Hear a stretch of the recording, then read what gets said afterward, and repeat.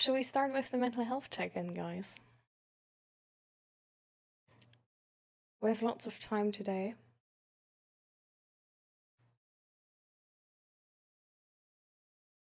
I can also start, as always, if you guys don't want to start or don't feel comfortable starting today.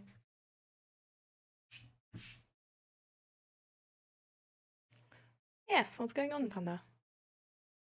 Do you want to start with the mental health check-in today? You haven't participated in a while.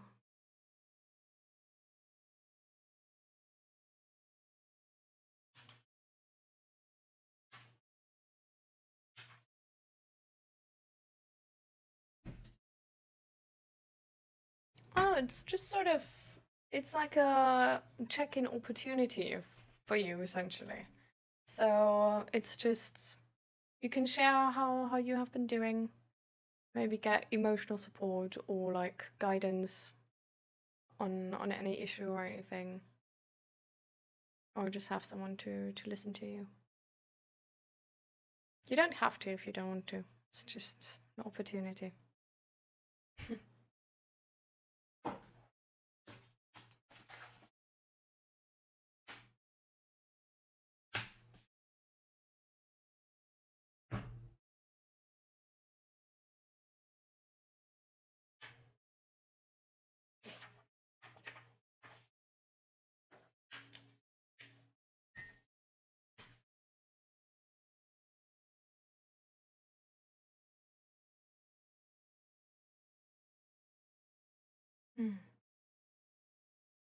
Why do you not have a therapist or psychiatrist anymore?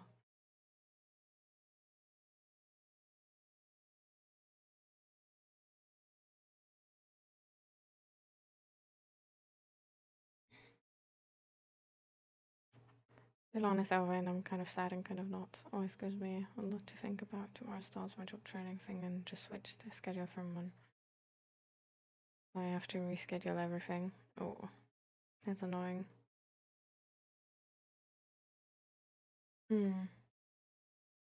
Still stiff sometimes. What does the chiropractor or physio say? Like, do they think going back to the training is a good idea? More hair loss, more hair growth. There are places where I don't want it. You have maybe a girlfriend now. What do you mean, maybe a girlfriend?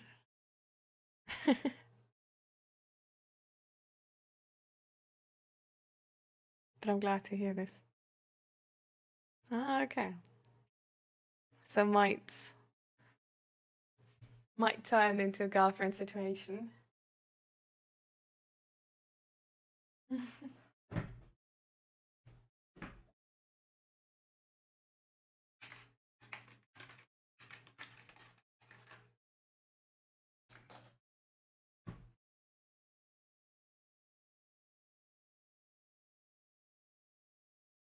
They say I have to train the muscle because it's not a pain thing anymore, but the muscle just kind of degenerated in that sense. Just tensed up and doesn't come loose anymore. Yeah, in the beginning it can like really help to like keep going to the physio or chiropractor for them to like help you relax again. But definitely like train the muscle is like not the training you have been able to do before, right? Like you need to start slower.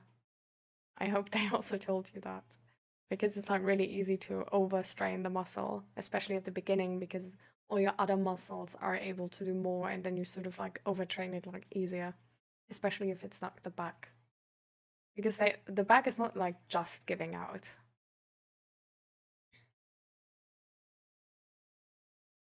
But I don't give my indication.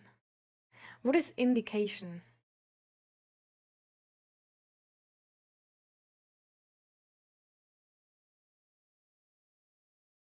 You might have broken a rib. Why have you broken a rib? Or might have broken a rib.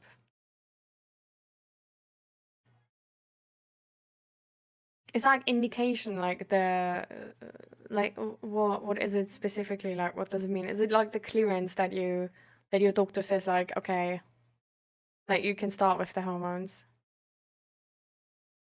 Or is it more like this whole process of about getting this approved. Ah, okay. But you don't get it, why? Like, especially if you don't have a therapist anymore. Or a psychiatrist.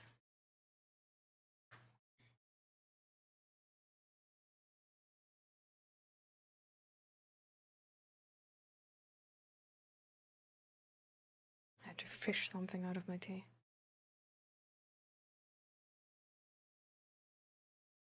Because you're not anymore therapist, she doesn't want to do it. Did she give like a good reason, or like what, like why?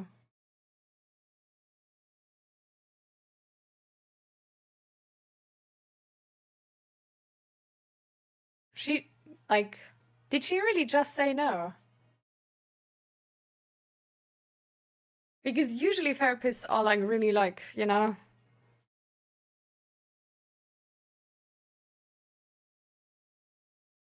She just said like, I don't feel comfortable giving you the indication, or.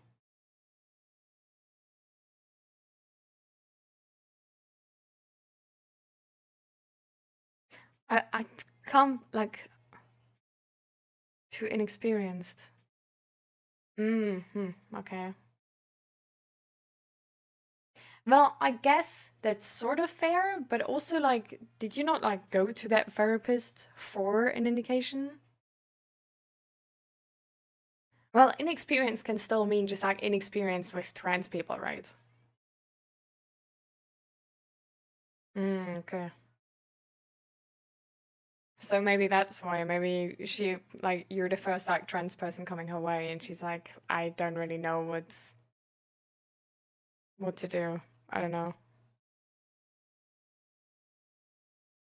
Oof. Okay.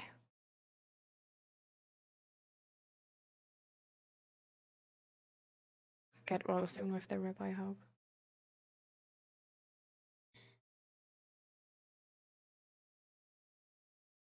I still go twice a week, but they say it's probably just this month. After that, I have to search for a special back muscle training routine.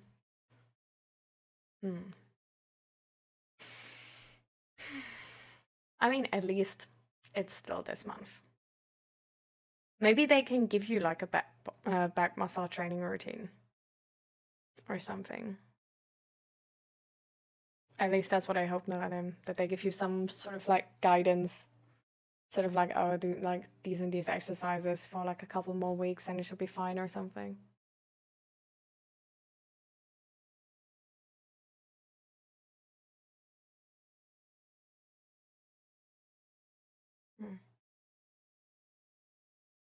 Why is your mental health getting worse?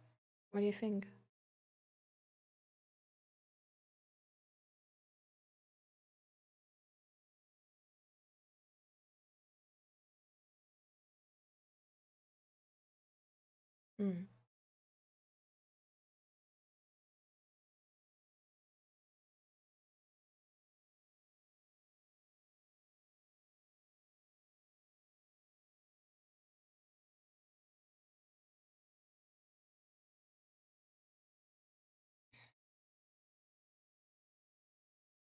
Jealous at women.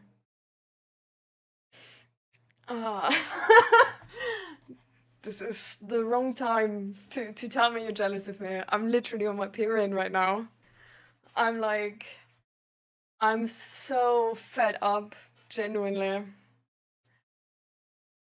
But to me, I mean, I don't know, like, considering I'm autistic, I also don't really, I don't have that much of a connection to my body anyway.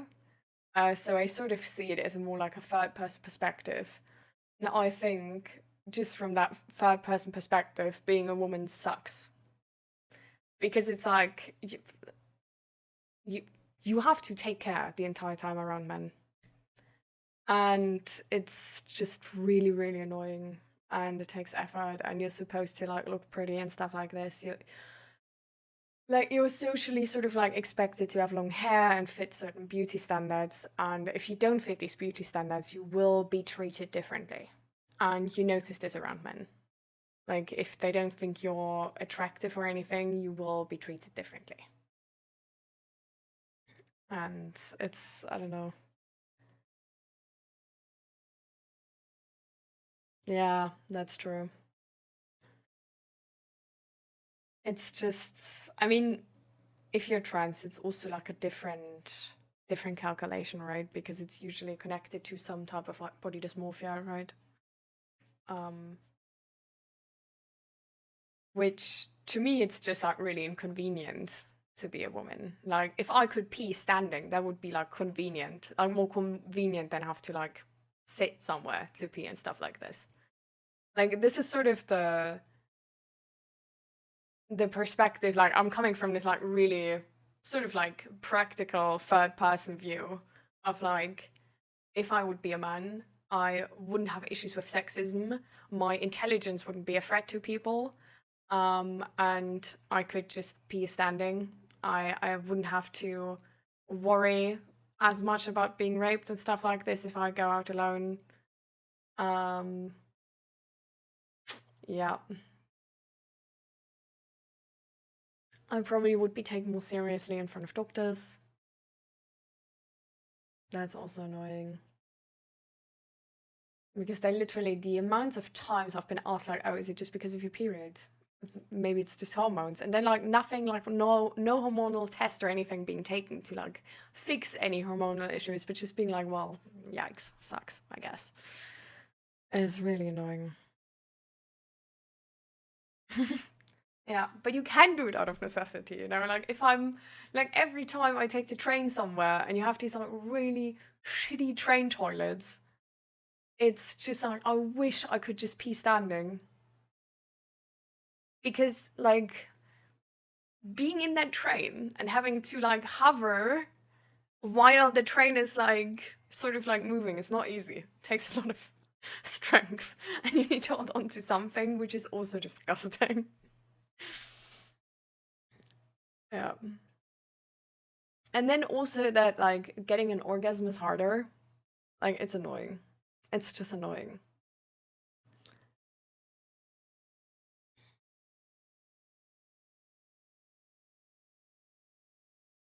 And then, I don't know, yeah, period. Just annoying. Not only period, the fact that in like later on in our lives, women like lack hormones they need to like be to essentially be healthy, to function properly. Because like men like run out less from hormones, right? Like they it's like sort of like a gradual decrease, but it's sort of like fine-ish. And for women, it's like when they hit their like menopause, then it's like a huge shift. And it can lead to so many issues. It's so annoying. Like the mom of Zach, probably because of this, has always like it's like sweating in 1 second and then like freezing in the next second. Like she can't like she has sleep issues the entire time. She has like really shallow sleep. I think she also has like emotional irregularities, and because of that sort of, but they can also like you don't even really like with these sort of things you don't even really know if it's because of the hormones or because of the pain and like sleep insufficiency and stuff like this. Because for example, like I'm now on my period and I notice how I'm like more irritated, but I also have pain the entire time, which sort of explains why like everybody is irritated if they have like serious pain the entire time. So it's like I don't even know if I'm irritated because of different hormone levels or if I'm irritated because I'm in pain the entire time. And also just like iron deficiency and this type of stuff. It's not really annoying. Yeah.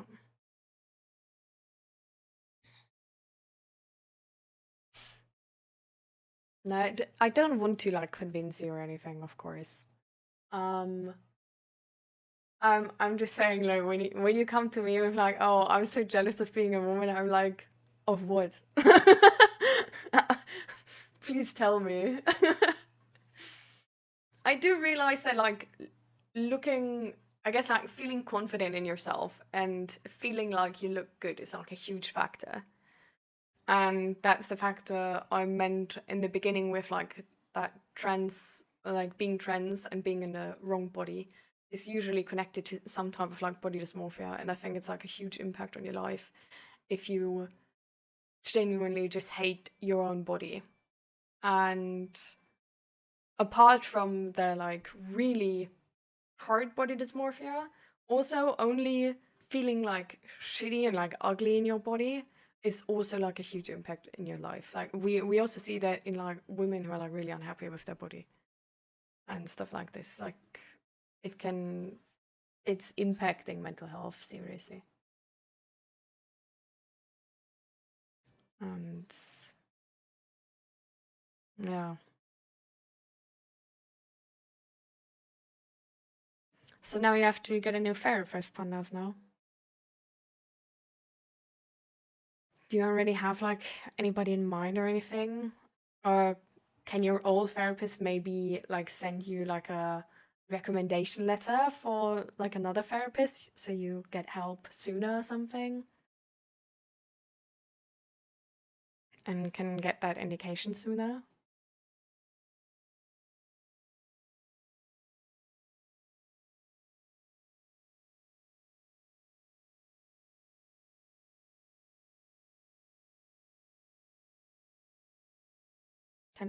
She looked disappointed. Yeah, well, I personally would see it as a compliment, and a really good one at that. Because I usually don't get much credit for being intelligent. It's just sort of like the way of the women. But we also know that like there's actually been a study made that apparently like women who are intelligent are less dateable to men. So I guess in that sense, it could sort of like be disappointing to her, like, oh no, I'm still too intelligent, nobody's gonna date me or something. Or that she doesn't want to be perceived as like a boss babe. Because apparently there's also like negativity around like boss babes and like, oh, nobody wants to date like a boss babe. Well, I feel like nobody wants to date a boss babe, like, oh my god.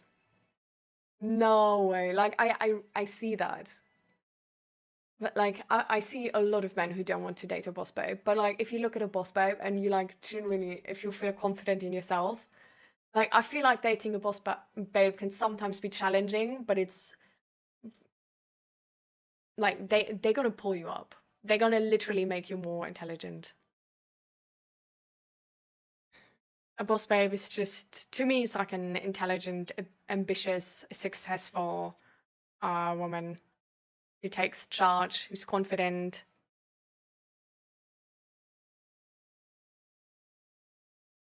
Yeah. Well, there's always like I feel like I feel like usually boss babes can be quite nice, but if they think you're stupid, then they command you around. Because they're just like, okay, like you're not gonna get it done anyway. Like you don't sufficiently in my time get to the conclusion, so I'm just gonna give it to you. Because I wanna be there. I don't really care if you, I don't know, get there on your own or if I need to shove you there, but you know.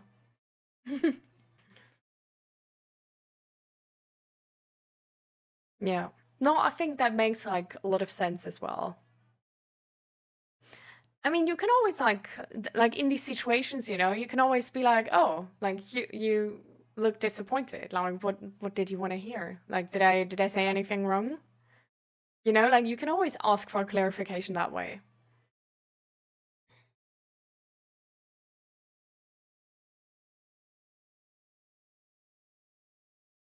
So I feel like being open about the things like the signals you get and sort of like just asking is like a lot of the time really good.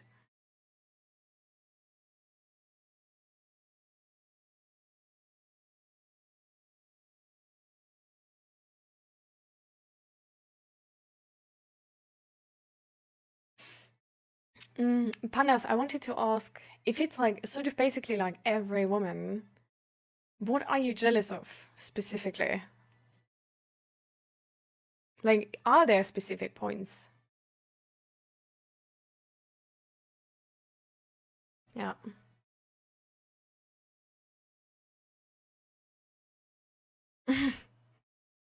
Even when people ask me what I think about them, like I can only lose in this situation. How can you only lose?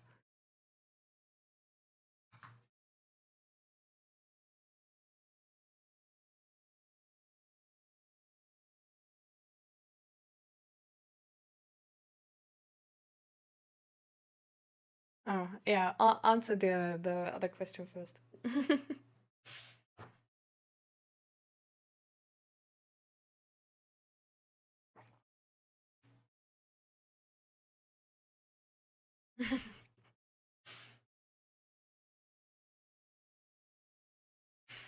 Hmm.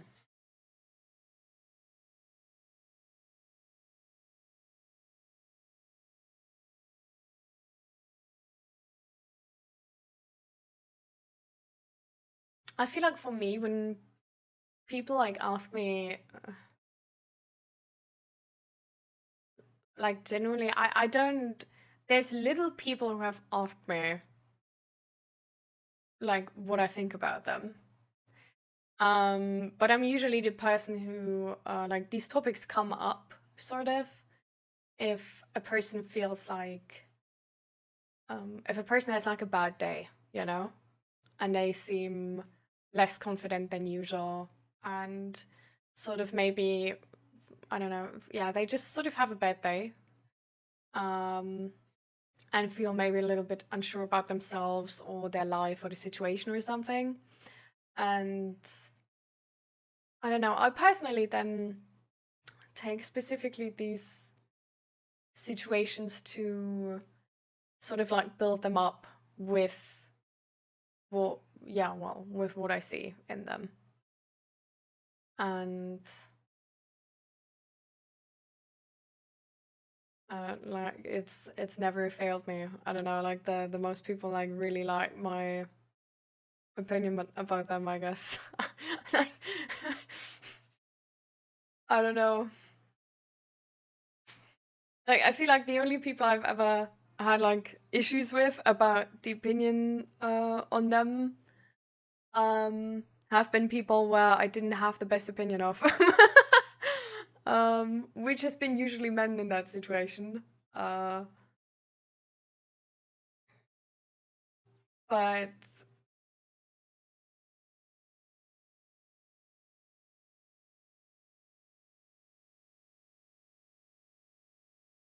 yeah, but I don't think like to like usually men I don't really like, they don't ask me about my opinion because they get that I don't really like I'm not a fan of them.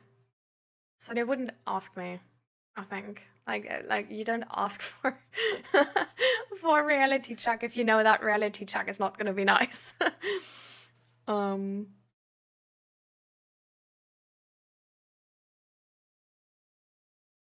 so for me it's usually always ever was the situation with yeah, somebody having a bad day and then just sort of like building them up again and being like, hey, you know, like you're a smart, ambitious woman. Like I know, like if anyone's gonna do this, it's you, and sort of stuff like this, and then it just never fails. But it's also like a biased situation, right? Because it's like, like that person that moment feels shit about themselves, so it's like, I guess it's sort of like easy to make a good compliment.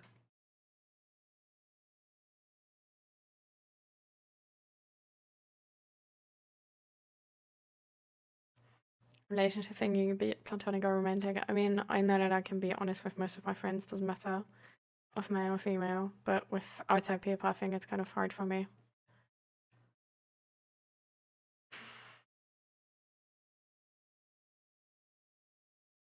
Yeah, definitely. I mean, with outside people, it's just sort of like you need to find out what they sort of like how they tick. And communication is still like less efficient with them as well because they don't know your style of communication that well, and you don't know their style of communication that well. That's why usually like talking to strangers is just like less efficient than with friends. Except there is like a lack of certain communication in a friendship. So classical example of this is the like two dudes not being able to talk about feelings. Like they're best friends, they could be like they could understand each other like really well on other topics, where if they would talk to a stranger they would have to explain it way more in detail and stuff like this to be understood. But then for example with emotions, it's way easier to talk to a stranger than talk to their friend, because there's like a lack of this communication style between them. And then on top of that is the pressure that they are friends. So that's how in this specific case then the communication is worse, I think. But like, yeah, generally, definitely it's easier to talk to friends, especially if it's about like an honest opinion. Yeah. Yeah, this is exactly it. Like finding the right words is basically adapting to their communication style. Because everybody, even if you speak the one language, everybody, even if you speak the same language, has a different style of communication, like a different word pattern and stuff like this. So essentially, if you have a friend, you unconsciously and sometimes consciously study their communication pattern, and you will adjust to each other. This is why we, for example, pick up phrases from our friends and stuff like this. Like we pick up jokes from them, or just like their favorite word, and then we say it as well. This is because we adapt to each other. This is how like our communication with friends is then more efficient, because we know how they interpret specific words and how we need to say something so they take it in the right way. But yeah, this only happens if like this happens low-key subconsciously, but at the same time it only happens with people who do have sort of like, or it happens really well with people who have a concept of how do I say this? Essentially like taking responsibility for the other person understanding. Because I feel like some people don't get the concept of, to communicate well, to be a person who has great communication skills, it doesn't mean so much that you know like a lot of words, that you have read a lot of books and stuff like this. But it more so means that you know how you need to tell someone something so they actually get what you mean. Like it's sort of like it's actually seeing people, getting people, and then of course having like a skill in the language so that it's like not holding you back. Like you need to know enough words that you can make it work when you've got how you need to explain a person something. And then I think you have really great communication skills. But yeah, like great about communication skills is not about you communicating, it's about you being understood. At least that's sort of the definition for me. Because I feel like you can communicate all day, but if you're not understood, then like you don't really communicate. It's like you send but nobody receives. Like how is that communication? So to me it's usually about like you need to make sure the other person receives it in the way you wanted it to. And then it's like thumbs up communication. This is why usually actually talking to people over share is easier, I feel like. Like sometimes it can go like, you can get like absolutely sidetracked, but I feel like usually it's easier to like meet strangers or like to talk to strangers where you don't know the communication pattern then if they overshare, because they're probably gonna explain it to you like 3 times in 3 different ways. And like not directly, but sort of like giving you the situation, but then like giving you more context and more context, so you can sort of like, you will figure it out.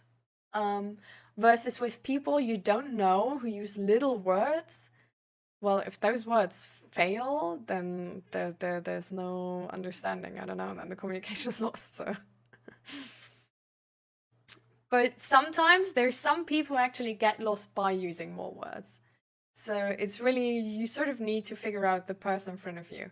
I'm usually like really bad at using less words. Because I can sometimes use less words, but if it's a person who doesn't really communicate too well with a lot of words, the situation usually is that you need to use a low amount of words with like all the meaning. And well, essentially, I just don't think they can take a lot at once. This is why I don't really match with them too well, because I would need to stop the conversation when I'm not finished. And that can be really frustrating because I'm in that moment, I'm like in the conversation and I like want to make like all these points and like, you know, all these connections. And they're basically like, I would need to pause the conversation after the first point to give them time to like properly process. And if you don't do that, you just sort of overwhelm them. But it's like so hard to stop because you're like, okay, you've gotten this, but there's so much else you actually need to know. And if there's no like, I feel like it would be easier if it's like a person when you know, like, okay, you see them like every week. Like if you don't tell them now, you can just tell them next week, whatever. But if it's a stranger, it's like usually you want to give that thing you talk to them about. You want to give them the complete picture in that very specific session. And if they then can't really take that much input at once, it's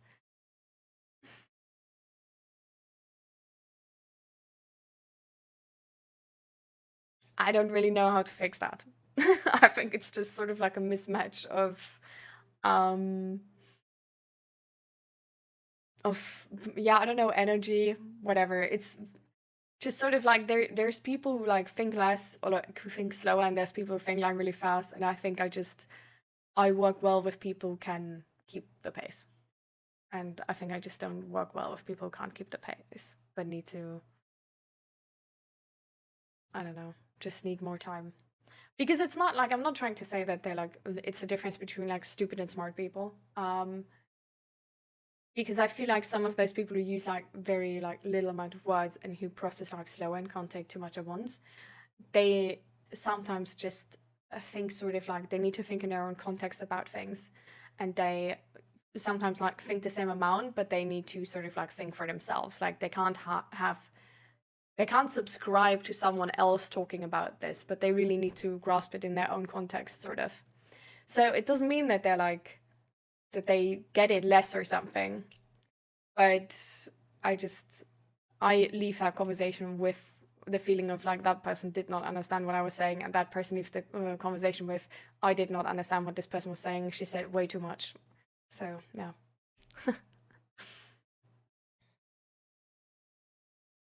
Yeah.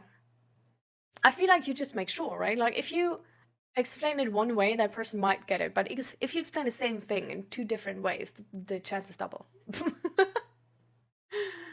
That's why, yeah, I feel like it's there's just like people who fit well with you and your communication style, and people who don't. And I think that that's sort of just people who don't really.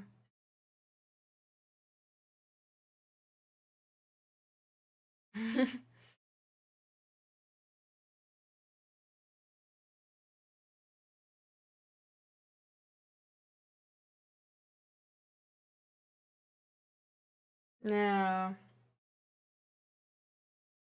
I feel like sometimes you just need to find the right people instead of trying to prepare persons who don't match well for to be able to take it. But well, sometimes we just sort of change, and then it's like you gotta make it work.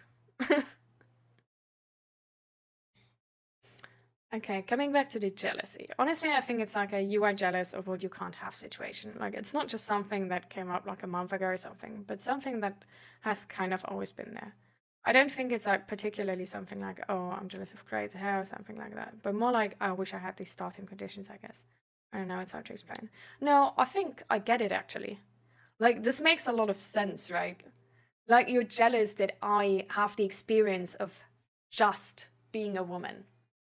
I don't have to go to a therapist to get an indication, to then go through all of these hormone changes with that, all this stuff. I don't have to be like, I'm not perceived as trans if I go outside.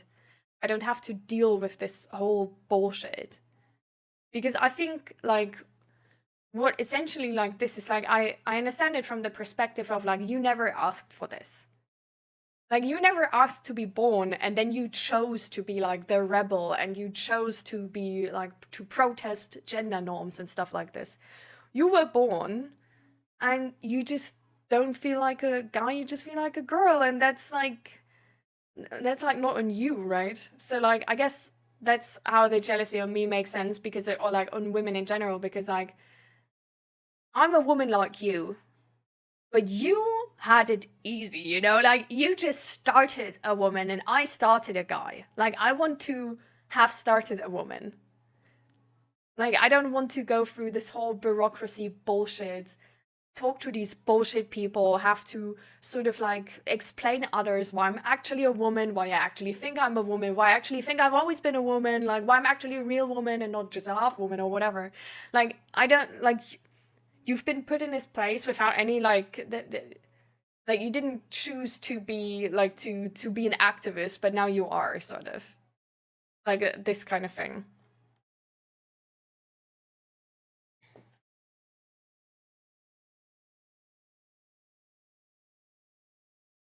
Is it like this? Like, the is that the sort of the jealousy, maybe?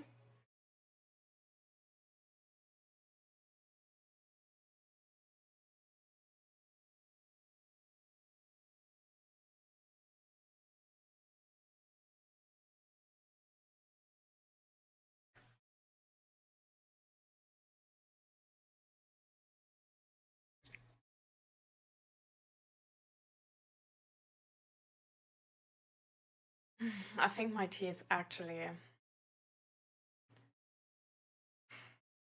gone bad.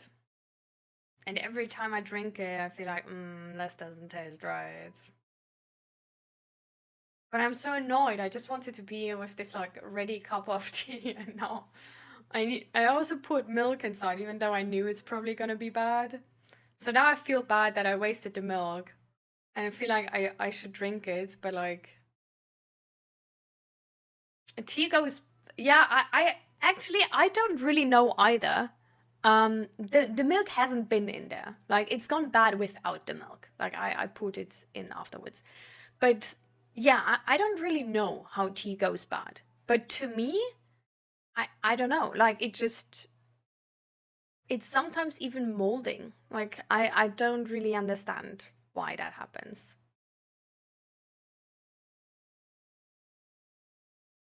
It's just that there's like a super large group that, even though they might have to experience their living solely based on their identity, can basically live the life you wanted to live without having to face repercussions for it. Or to have to go through shit to get there will experience repercussions for it, especially in the political climate coming up. Most importantly, been too afraid to live like you wanted to because of the fear of experiencing the said repercussions. Yeah, that's essentially sort of what I mean. But I absolutely get it. I'm honestly like, I'm really like, I didn't think of this before when you like told me that you were jealous of women, and I feel like a little bit stupid now, actually, because this makes like so much sense. It's honestly, sometimes it's low-key, like sometimes I'm jealous of like men that way, because I'm like, I didn't ask to be objectified, you know? Like, if I could choose, I would just like hang my body with tits and all in the like closet, and I would just be a genderless person, you know? Well, like, you can't, like, why does it matter if I'm a woman, how intelligent I can be?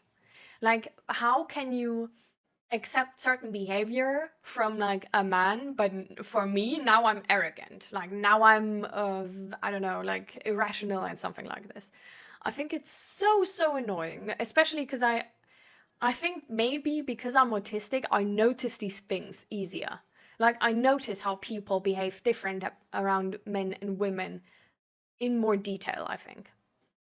Or I'm just not able to like push it away in my head and be like, oh, it's fine, because I'm like, I see the pattern and I can't look away.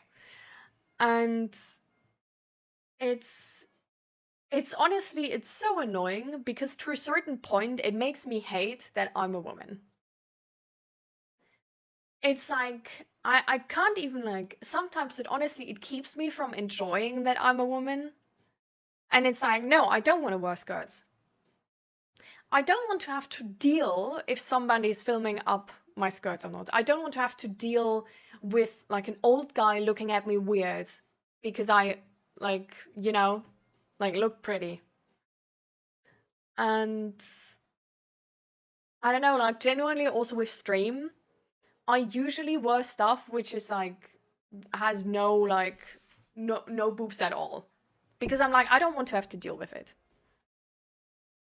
I don't want to have to deal with this whole bullshit. And it's honestly, it's like really annoying, because even around friends a lot of the time, if the topic of feminism comes up, I'm a woman and they're a man. And if I then complain about a certain problem I encounter where I know it's different because I'm a woman at that moment, they can't just listen to it and be like, that sucks. But they always get like personally offended by it. Where I'm like, this is, get over yourself. Like, shut the fuck up, get over yourself. Like, you want to be there for me as a woman, like you want to be there for me, then you need to be able to listen to me complain about sexism I receive, I encounter, I live through, and just give me emotional support. Because what you lack in that moment is like, because it's not about like the issue I have, but what actually essentially happens is that you are a friend where I can't be open to, where I have a few topics where I won't get emotional support from you. This is a bad friendship. This is a lower quality friendship. If you want to be a good friend, you like a really, really good friend, like the best friend, you need to be able to give me emotional support around any topic. No matter your ego. Like, put it in a closet. It doesn't matter right now. It's like, what matters right now is that I'm a friend and I need emotional support. And if you're caught up in your ego, it's just like, okay, so apparently you're a man first and not a friend first.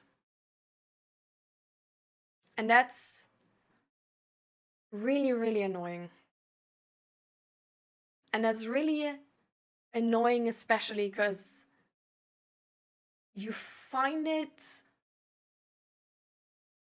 I have literally, I'm not sure if I have any male friend where I can properly complain about sexism without having to baby their emotions. And I know they're not bad people. And most of them are like low-key feminists sometimes as well, but it still stands between us. And it's really sad because it makes you isolated as a woman with the female experience. It makes you isolated as a human with the female experience. Because you just wanted to talk to your friend. You didn't ask to talk to a man specifically. So this is like, I don't know, like I personally, I think it's really, really annoying. Because it's like let's see it from a third perspective, right? Like sexism sucks. And I feel like it doesn't matter in which direction, but like sexism sucks ass.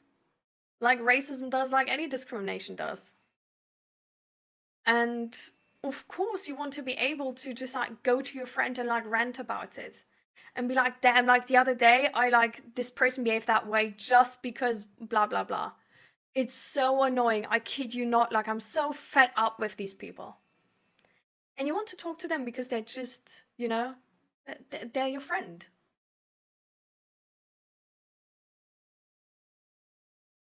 And then you just, but are you like, sure, like maybe it was just because you said it in this way. Maybe it was just because you like, you know, you do come across like a little bit confident. Like usually they just don't believe you though with sexism. Where it's like, I know the difference And honestly, like, you as a friend, I'm not asking you to, you know, play judge. I'm not asking you to throw that other person in jail or to make any social repercussions. You know, like, what is the cost of just accepting my reality in that moment and just being like, man, that sucks?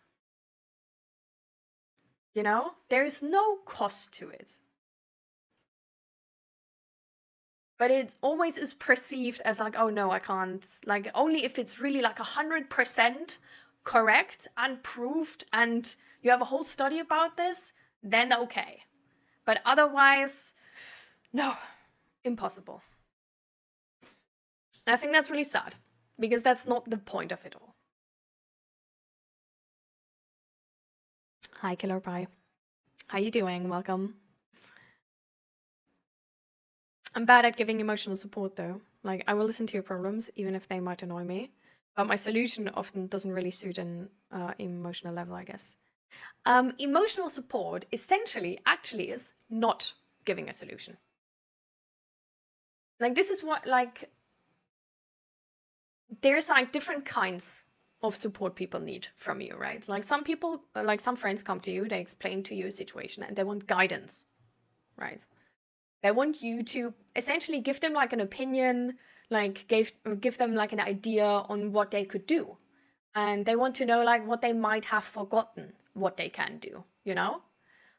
Like, they essentially want like a second person's opinion to what would you do in my situation.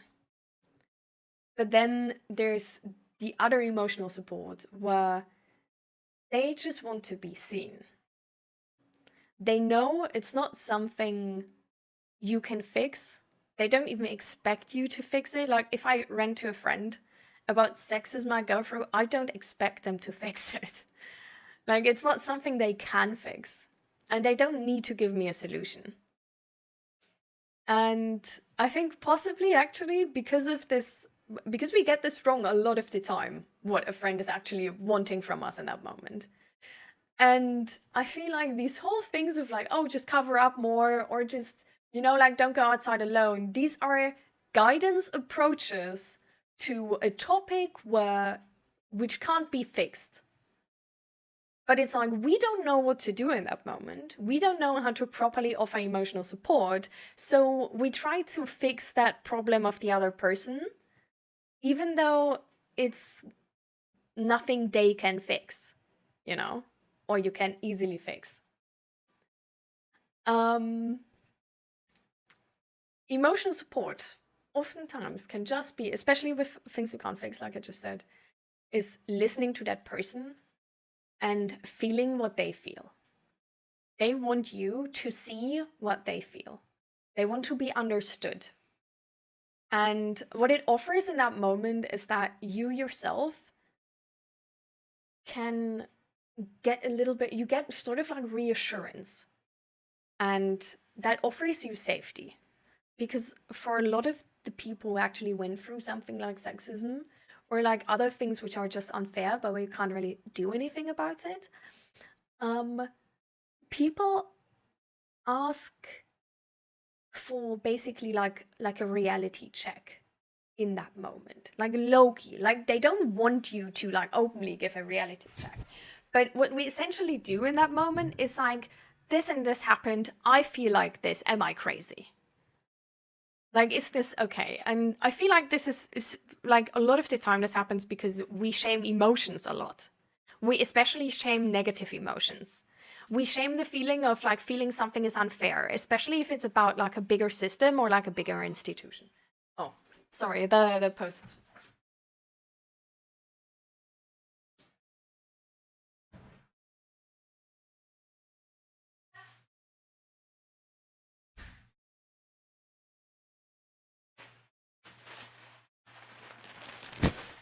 I think this is my crochet yarn. Ah! I bet it is. I hope it's everything. I don't know if it's everything. Anyway, which topic were we at? But yeah, so because we shame emotions so much, and because we shame especially the feeling of like something is unfair, in this, if an institution or system is unfair, we don't really we don't want to accept it, because if we live in a society where, for example, the law is not protecting us, if we live in a society where, for example, the most hardworking person doesn't get the highest paying job, if we live in an unfair society, that would leave us with the feeling of like deep unsafety. And this is natural. Like, it's natural to try to keep that away, because it would hurt your worldview so much.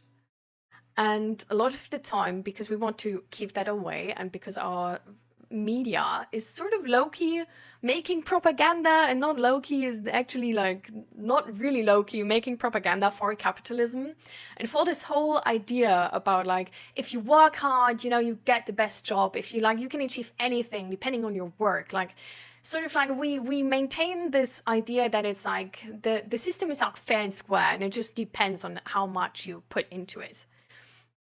And we shame people, like talk about the system like, oh yeah, and it's so unfair and you just don't get anywhere. We shame them because it's like, if we were to acknowledge that as a reality, then why would people basically like sacrifice their life for an office job? Choose to not see, like, to not do as much with their children. Choose to work instead of taking your parent off time. You know, like, why would people sacrifice so much to work if they didn't know it would pay off? And so we really try to keep this lie of capitalism being fair alive. And I feel like because it's so ingrained in our society today, it's something we, in that moment, we just don't notice how we turn to exactly these questions as well. How we question our friend if they have actually done enough. Maybe, you know, like business is not only about this and that. Like, I see that you did a lot here, but you need to know this is actually not unfair, because business is also about having good relationships to people and stuff, you know? And there's also actually a study where people tested and found out that we actually move goalposts a lot of the time. So for people applying for a job, for example, in the beginning, they had like a certain stat block of what the person who wants to be employed needs to offer to be like the perfect fit. And we noticed how the people who offered that job actually changed those criteria while they were already taking applicants to fit the applicant they actually wanted to have in that job. So, and in that specific case, it was, the difference was between men and women.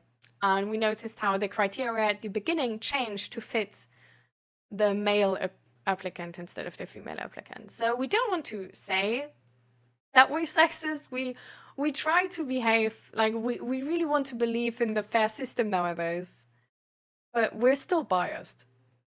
And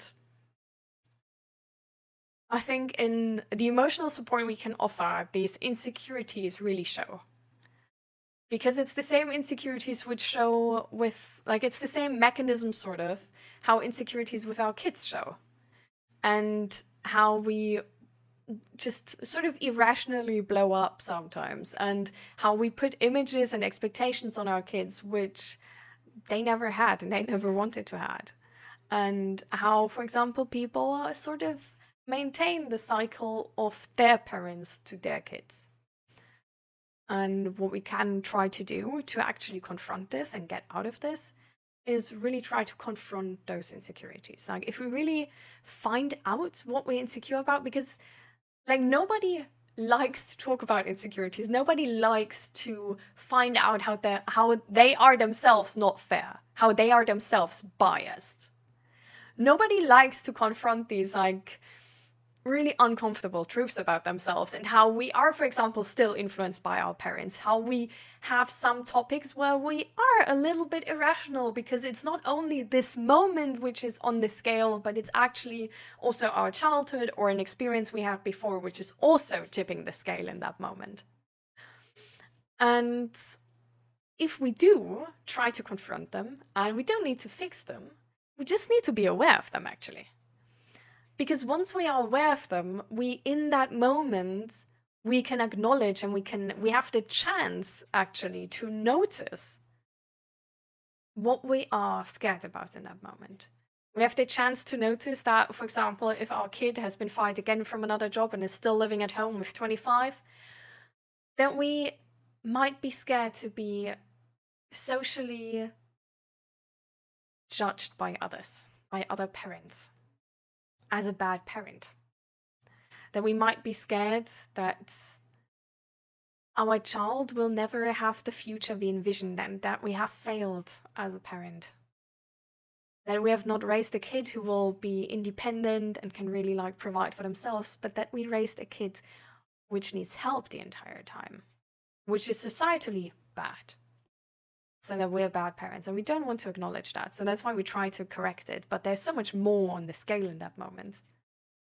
And that's why we're not able to actually find the best solution, but we use the answers and questions we have gotten from society for ages to also question and answer to our child in that moment, which is, for example, shaming that they don't do enough and telling them that the system is fair and they just need to work harder.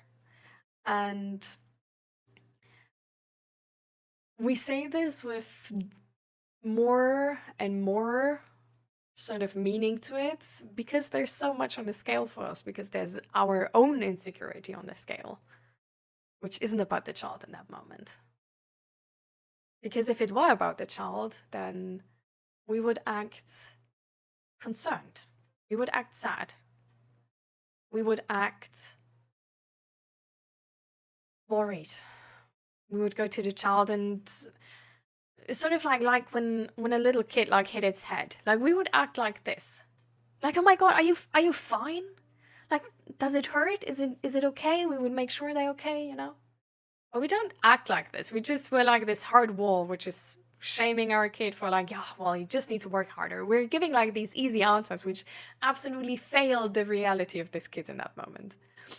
And well, since we grew up with this, if we don't face these insecurities, we will give them on to our children and to our friends as well, to any close relationship we have in our lives. And that's also why before therapy, I was, and even still now, I'm sometimes a shitty friend. It sucks to say that. But yes, there are some topics where I can't stay impartial, where it's not the best to ask me, because there will be more on the scale. But because I know this, I can now communicate this. I can communicate it because before I just bash the head of my friend, I can just tell him like, oh, bro, like this topic, because I've gone through like specifically this and that situation, this is really close to heart for me. Like, I'm not fine with this because this matches up with the experience I had. And I can't stay impartial on this. And if we communicate this, then the friend can also already like sort of acknowledge like, okay, maybe I'm not gonna ask her on this. Like, she's not a bad person, like she wants to be there for me, but this is just like a really emotional and sensitive topic for her. And that's why she can't be there for me, because this is fine. Like, we can't be there for our friends for everything, and this is fine, because otherwise we wouldn't need therapists, right? Like, our friends could just go to like any other friend and get like the therapy they want. But in essence, we have limitations. We as friends have limitations. And this is why emotional support is actually not that hard than we think. Like, you say your own, like, I'm so bad at emotional support. And I don't want to like take that away from you. I think if that's your perception, I think you are. And I will believe you on this, but it's not something you can't change. Like, it's something where, for example, you can really try to find out like, okay, what am I insecure about in these moments? What do I feel in those moments? Like, do I have stress from somewhere? Which memory is maybe attached to that stress? What am I worried about? What am I scared about in that moment? And that's sort of like mostly how you find these insecurities, which are weighing on you in that moment.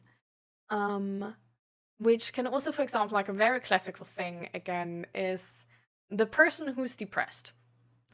But 頭痛。ああ、昨日飲みすぎて。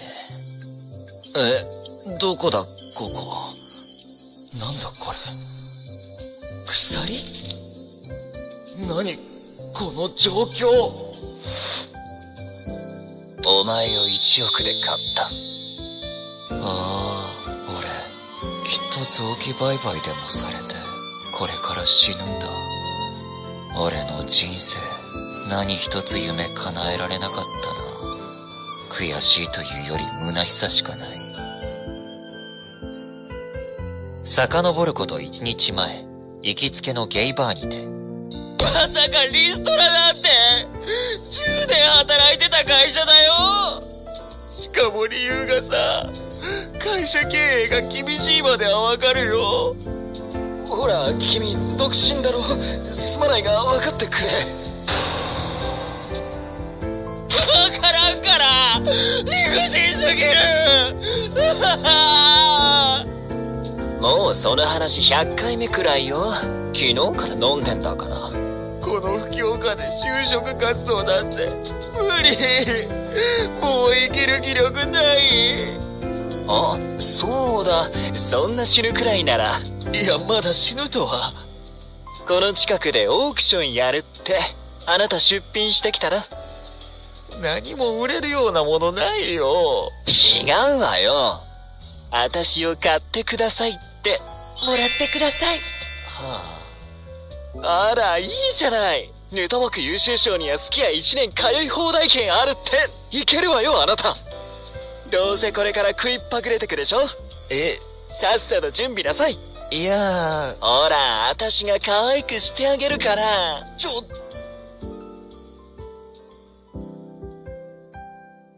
出品番号23番、仮面の男さんです。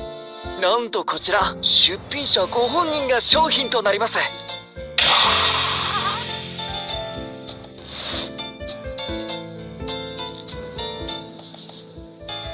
決まりました。その額なんと1億。おめでとうございます。何起きてる。なんだっけ。まあもうどうでもいいか。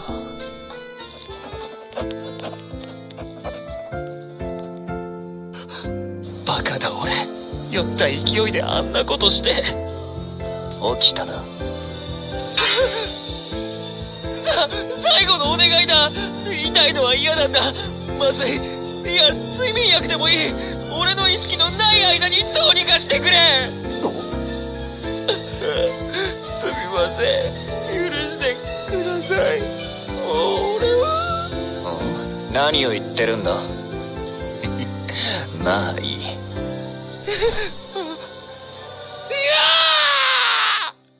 細い指。そうでもないか。それになんて華奢な腰。いや、案外どっしりしてるぞ。つまめるし。陶器のような透き通る肌。おお、これは合ってる。いいぞいいぞ。俺の相手にぴったりだ。何が。焦るな子猫ちゃん。今からお前の愛くるしく俺を求める瞳とご対面だ。あれ、愛くるしい。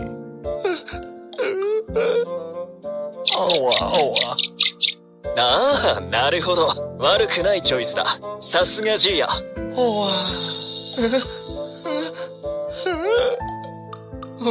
平凡な顔というのは飽きないのだろう。実に日本人の平均的な顔立ちだ。気にするな。俺は気にしないぞ。俺、死ぬ前に惨めな気持ちにさせられてる。全く話が読めないのですが、私はこれからどうなるのでしょうか。なんだ、ジェイヤから説明を受けなかったのか。今日から俺の恋愛の練習台として、君は俺に変われたんだ。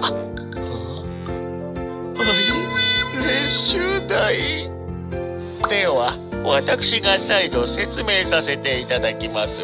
改めまして、私、坊ちゃまの執事でございます。昨日開催されたチャリティーオークションでユウナギ様は私に競り落とされました。じゃあ俺の1億円は？ですからチャリティーのため全額寄付済みです。そしてあなたと契約を結びました。いえ、知らないです。いいえ、署名していただいてます。こちらでございます。では読み上げさせていただきます。坊ちゃまの恋愛練習を遂行する。契約終了条件は坊ちゃまが恋愛に自信がつくまで。賃金の発生もしますが、契約解除した際に退職金として支払われます。この契約に違反した際は1億円を賠償金とする。1億？しっかり坊ちゃまを恋愛教育できなかった場合は分かってますよね。分かりましたか？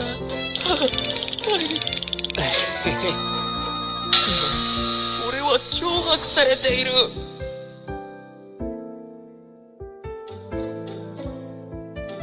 恋人の練習って何？しかもあの羊さんやたら小さいのおかしくない？なのにあの威圧か悪魔か何かか？うわ、すごい視線感じる。怖い。そもそもこのイケメンな若者が恋愛練習だなんて正確に何ありってことか。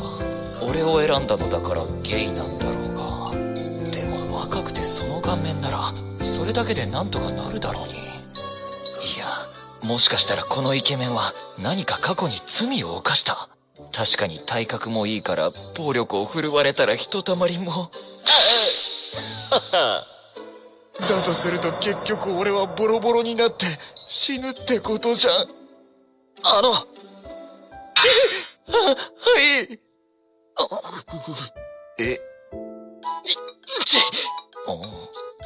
近道って言うんだってな。いい名前だ。そうですけど。だな。俺はリオだからよろしく。俺ゲイだけどそういう経験とかなくってだな。ゲイセックスの練習がしたいとか？そんなダイレクトに。なるほど、童貞。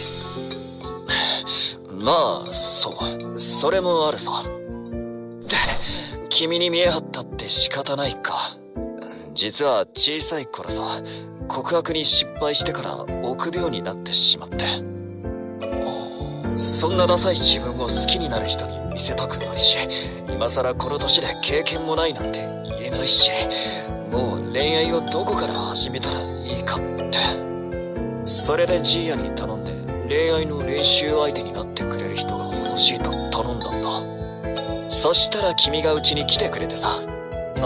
なるほど。けど俺の恋愛経験も教えられるほどの器量じゃ。だから君とはゆっくり恋愛の練習をお願いしたい。ゆっく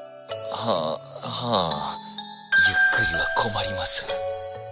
でもこの男が恋愛に満足したら俺はすぐ解放されるんだよな。そんなの俺にできるのか？いや、もうやるしかないじゃん。だって脅迫されてるし。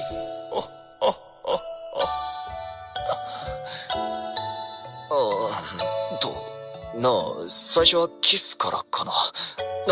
手繋ぐとこからかな。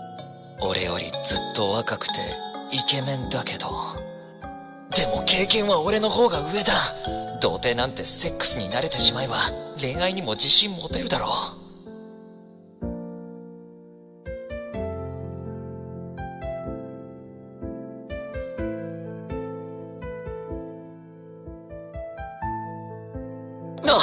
第1回恋愛授業どうだったかい、近水。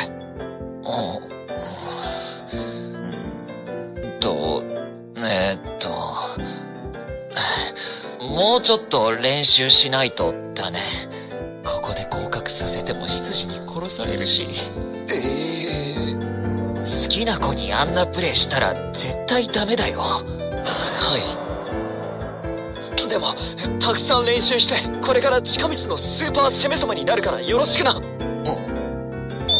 スーパー攻め？知らないのか？ここに書いてあるんだぞ。見てくれ。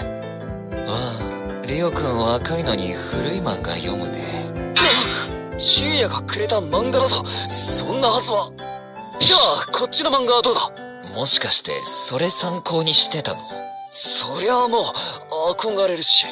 なるほど、道理でおかしなセリフを。かっこいいだろ？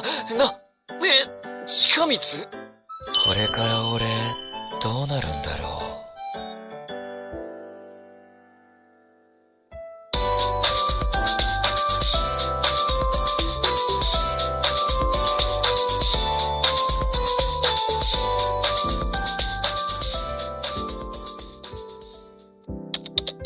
俺は今脅迫されています。恋愛練習台としてかろうじて生きてますが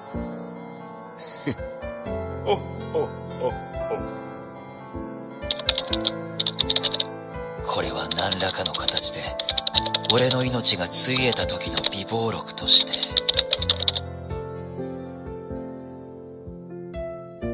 先週職を失った俺は1億で買われ、羊付きのタワマンに部屋を与えられ生活することになりました。俺の飼い主のリオくんは日中仕事をしているようで、ただのお坊ちゃんじゃなかったんだ。AM9 時から PM5 時までは自由にしてください。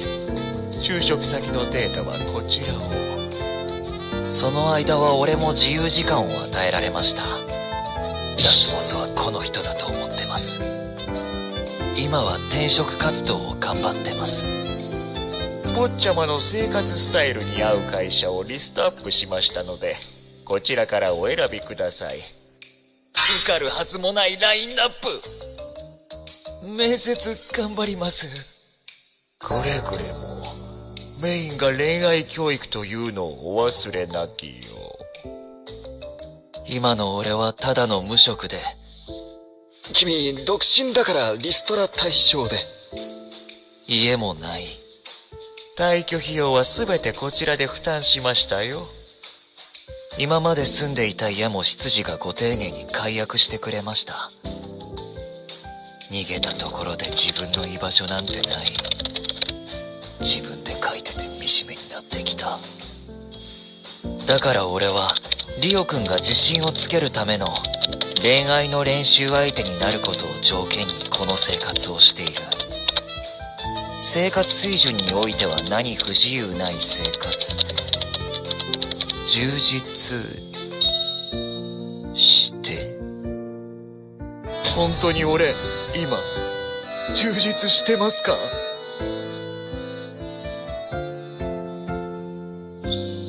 朝。おはよう、兄。朝から駆動。さあ、起きて一緒にブレックファストしよう。うわ、朝からエッグベネディクト。食べ方は難しそうだな。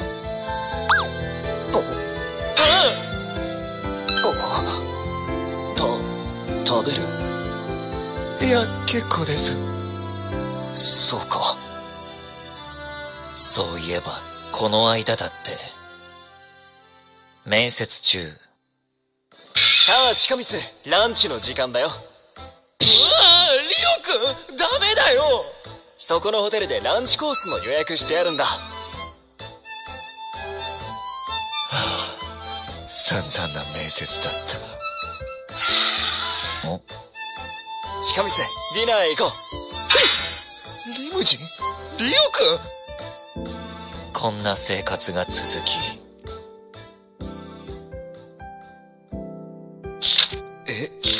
これがリオくんの理想のスーパー攻め様？これじゃただのくどい人だよ、リオくん。飼い主相手にスーパー攻め様を諦めろとは言えないし、坊ちゃまをよろしくお願いしますね。でも俺はリオくんに恋愛教育しなきゃならないし、先行きが不安すぎる。契約書。坊ちゃまが恋愛に自信がつくまで恋愛教育を続けること。要約するとこんな内容です。前みたいにセックスしただけじゃこの契約は解消されないし、また俺から誘うのもな。一夜限りの恋愛しかしてこなかった俺には恋愛教育なんてもともと向いてないんだよ。そもそも恋愛ってどうするんだっけ。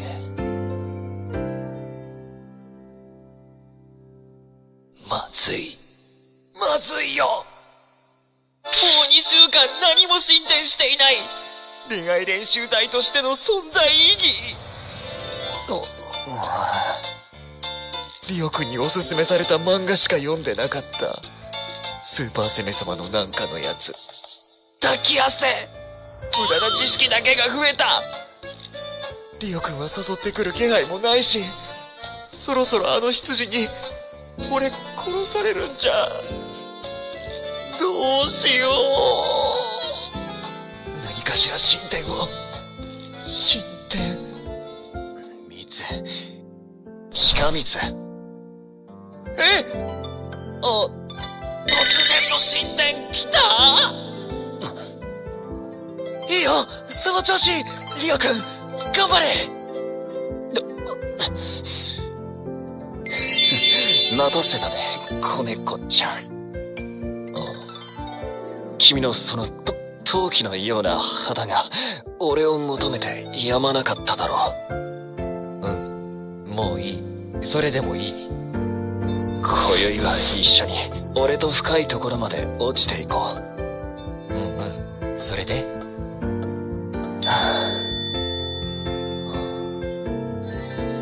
手出していいんだよ。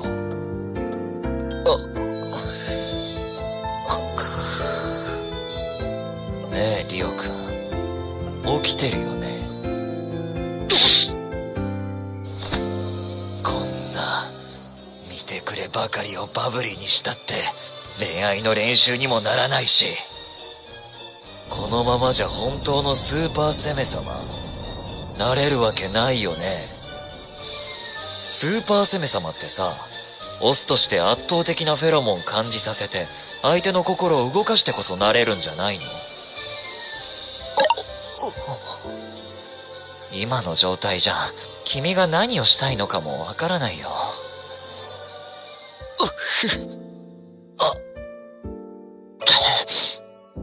いや、だからね、スーパーセメにならなくてもいいんだよって。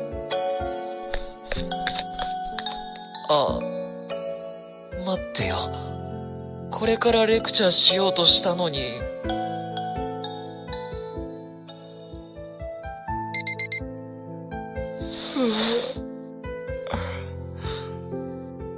いつものくどくどなプレイがない。おはようございます。朝食の準備に参りました。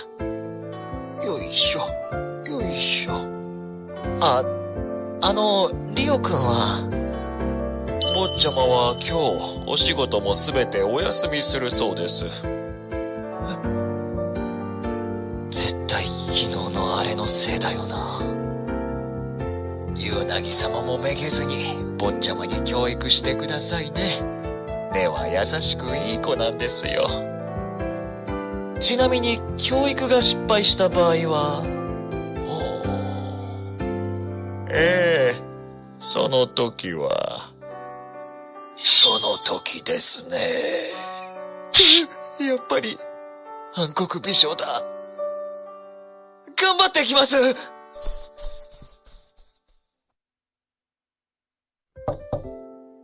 入るよ。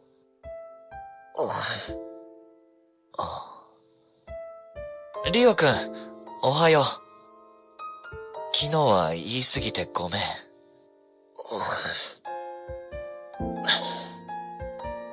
近光が謝る必要ない。事実だし。俺はまたあんな醜態を晒してしまって。それで顔も合わせてくれないんだ。恋愛の練習するんじゃなかったの？やっぱり俺には向いてないんだ。結局昔と同じことを繰り返すんだ。恋愛ってさ、そういう情けない姿見せたっていいんじゃないかな。てか、ダメな先生でごめん。俺もこの通り平凡だし、相手として魅力がないから練習する気にならないんだろうけど。そうじゃない。リオくん。俺、前に近道とエッチなことしたのが忘れらんなくって。君と一緒にいるだけでもう緊張しちゃってさ、すげえダサいよな。もう今も思い出しただけでも。そうだったんだ。俺の前では無理しなくていいよ。素のリオくんで挑んでほしいな。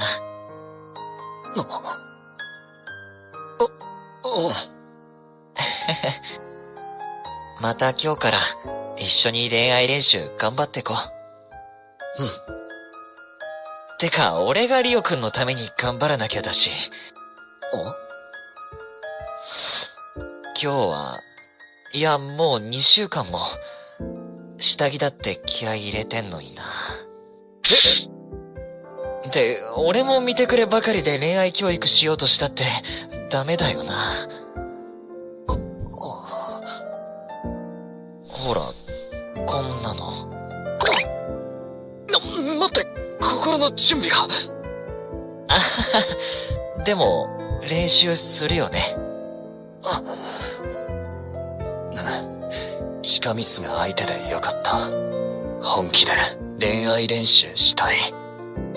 この前の経験が俺、全然活かせなくて、思い出して研究しようとしても、頭パーンってなってできなくてさ。でも今回はちゃんとものにしたいんだ。いいね。だからね、撮ってもいい？は？目にも焼き付けたいけど動画に残して勉強していきたいんだ。今後の復習とか参考のためにね。まあ、恋愛教育の一環として。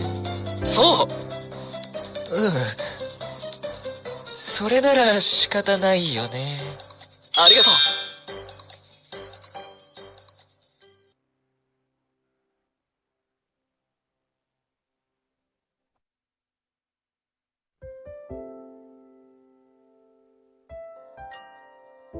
最後の方音だけだ。よかったよ。俺の隣で繰り返し見ないで。でも、ありがとう。何が？近道の頑張ってる姿見てたらさ、俺ももっと頑張らなきゃって思って。やっぱり諦めたくないし。スーパー攻め様。近道と一緒ならなれる気がしてくるよ。よかったね。これで本当によかったの？どこ目指してるんだっけ？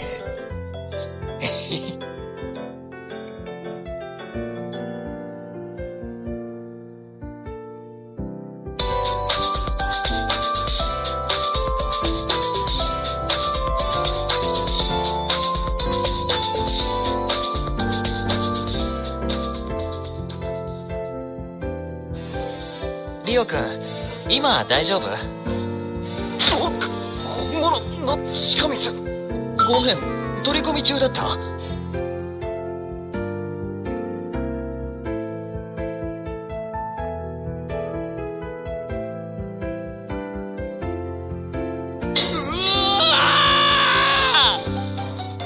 あの時のことをちゃんと今回は復習してて。ほら、データにもちゃんとまとめて。そうなんだ。自分のエロ顔とか気まずすぎる。ごめん、部屋戻るね。あれ、何か用事あったんじゃ。この前撮った動画で復習してるのか。復習って何の？しかも俺俺ってリオくんの前であんな顔してんの？いや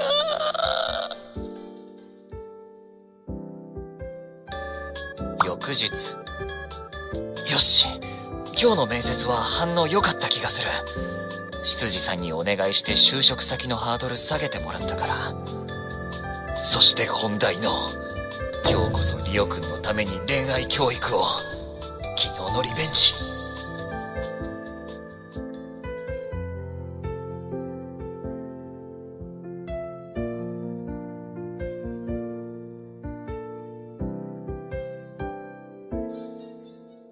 さらに翌日。今日こそは。リオくん、入っていい？本物の近水。はあ、よかった。今日は見てなかった。くつろいでってくれよ。そうだ、近水に聞きたいことがあってね。このタイミングの時のことなんだけど、近水はこの時どういう気持ちで。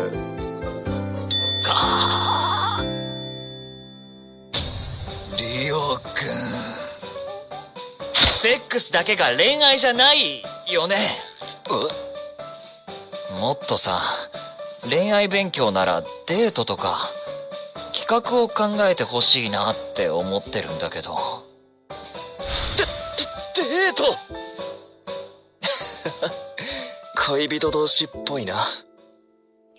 俺さ、デートするの夢だったんだ。おう。そうなんだ。もしよかったらこの本とか参考にしてもらっても。待って、まずは自分の力だけでやってみたい。初めてのデートだし。それに近水のために考えた最高のデートプランをさ、採点してほしいんだ。リオくん。俺、めちゃくちゃ頑張るから。楽しみにしてるね。3週間後、デート当日。約束した日から随分経ってるけど、予約困難なレストランとかだったのかな。もしかして遊園地とか貸し切りしちゃったり。こんな服でいいかな。カジュアルすぎるかな。リオくんの考えることだから未知数だよね。そろそろ約束の時間だ。楽しみ。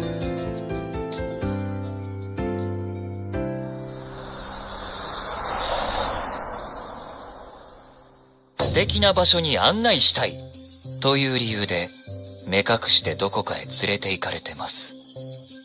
サプライズ演出したいのかな。でもね、この状況、落札された日のことを思い出すんだよね。着きました。ユウナギ様、こちらの衣装にお着替えください。ドレスコードがあるお店なのかな。目隠し取るよ、近水。眩しい。何これ。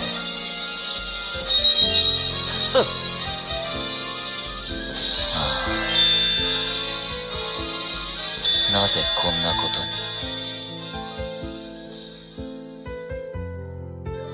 あそこだ、近水。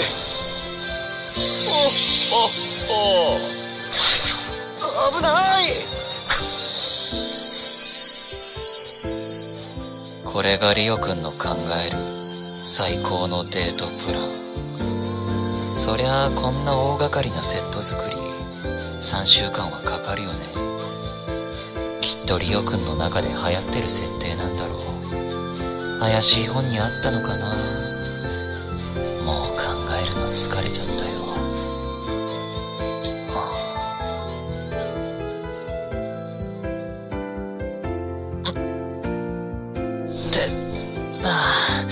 よく寝ちゃった。何これ。囚われの姫をスパダリ勇者が助けに来る設定したいのかな。リオくんの考えてることだんだん分かってくる自分にも嫌気がさしてくる。そういえば似たような設定の本を借りた気がするよ。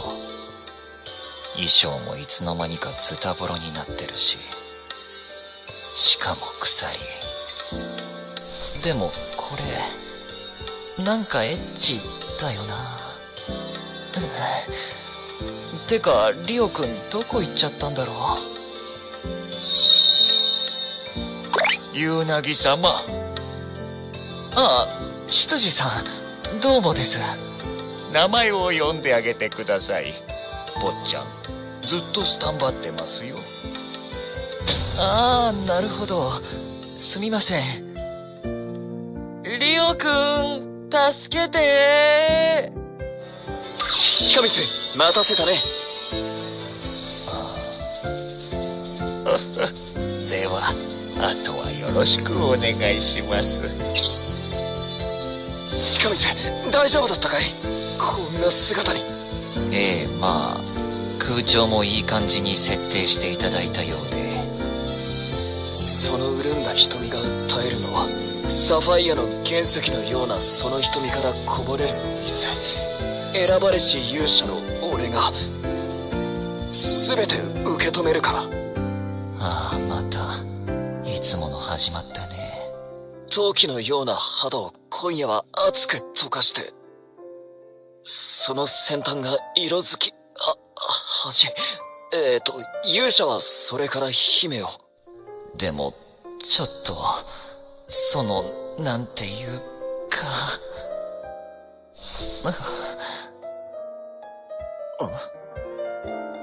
鹿光？セ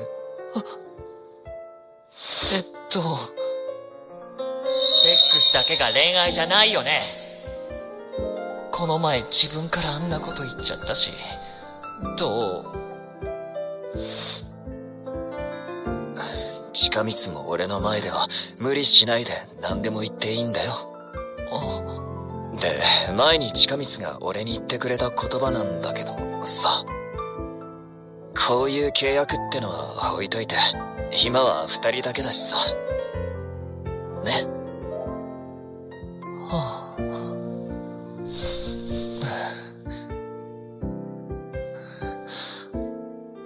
本当は外で普通に買い物したり遊んだりするデートちょっと楽しみにしちゃってたし。近光？それにね、密室で例えば好きな人と二人きりだったら抱かれたいって思うかも。近光？なんてね。お姫様だったらもっと可愛いこと言うかも。こんな格好初めてでさ、お姫様って大変だね。ごめん、外そっか。このままでもいいかも。だって早くリオくんに優しく触ってもらいたいし。近光のその一挙一動に俺本気でときめいちゃってるんだけど、それって先生としての演技なのかな。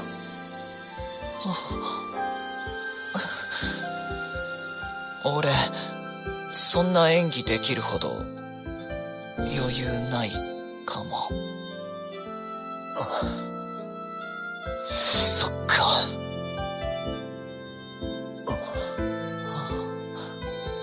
キスしてもいい？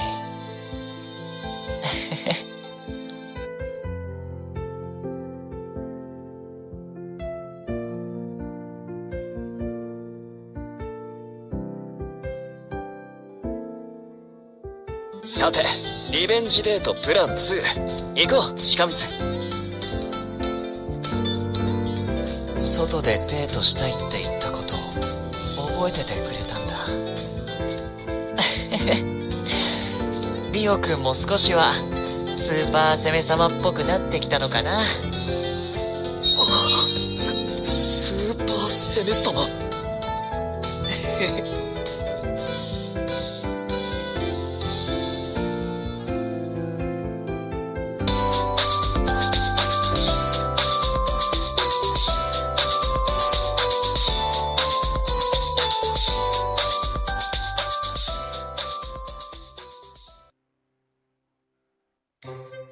今日の面接、もう記憶がない。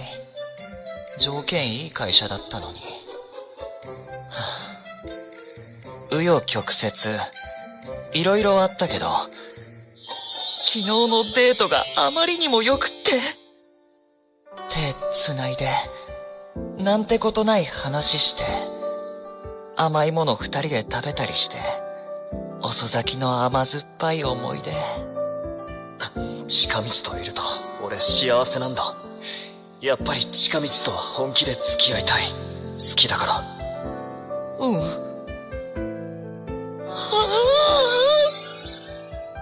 こんな経験初めて。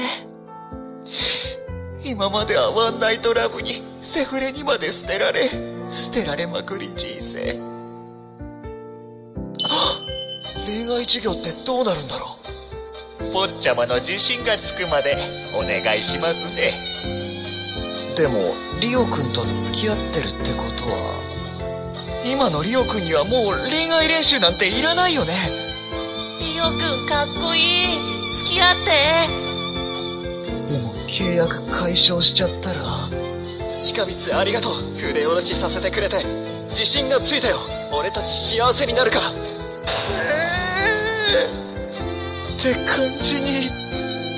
やっぱりいつものように捨てられるのかな。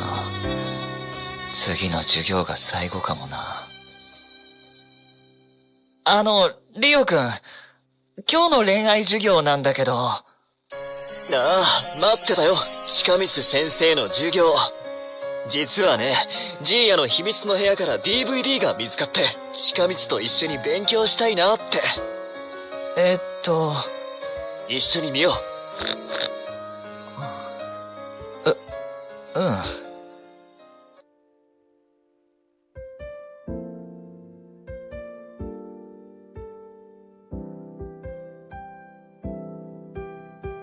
鑑賞中だけど、ちょっといいかな。もちろん。リオくんさ、この前俺に告白してくれたじゃない？ああ。俺たち付き合ってるんだよね。だから俺たち、この先は。それは。はあ。森の奥の白い教会で、それよりも純白な君のベールに包まれた、ウェディングが、小鳥のさえずりが祝福して、また変なスイッチ入っちゃったな。そうじゃなくてさ。そうか、後悔。俺だけ真剣に考えてたのかな。今、この授業って何のため？リオくんといつか付き合う誰かのための恋愛授業。ごめん。なんか、そういう気持ちになれなくて。今日は早めに授業終わるね。近道。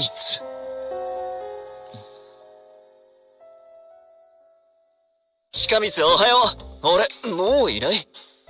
ユナギ様は朝から面接に向かわれました。そっか。近道、今日の授業は？ごめん。なんかお腹壊して。今日も体調良くないので早く寝ます。授業は、また今度お願いします。近道、恋人なのになんで避けるんだ？もしかしてこれはスーパー攻め様の試練だな？近道先生からの卒業試験だったり。そうか、わかったよ近道。きっと原因はあれだな。目標が決まればあとはやるだけだ。オーケー、頑張ろう。大好きな近道のために。近道殿、愛しの君へ、今晩丸抜で会いましょう。リオより。またなんか勘違いしてそうだな、リオくん。でも避けてばっかいてもどうしようもないし、最後の思い出に。近光好きだ。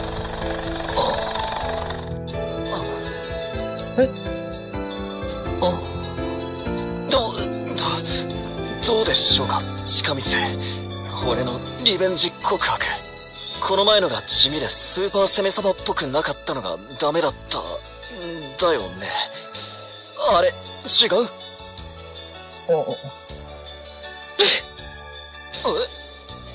ほんと不器用で一生懸命で可愛いんだよね。こうして頑張ってるリオくんがスーパー攻め様とか関係なく好きなんだよな。だからこそ捨てられる前に、傷が浅いうちに、どうせいつか捨てられるなら。ねえリオくん、先生としての助言なんだけど、俺以外のことあったりしてみない？きっと世界変わると思うんだ。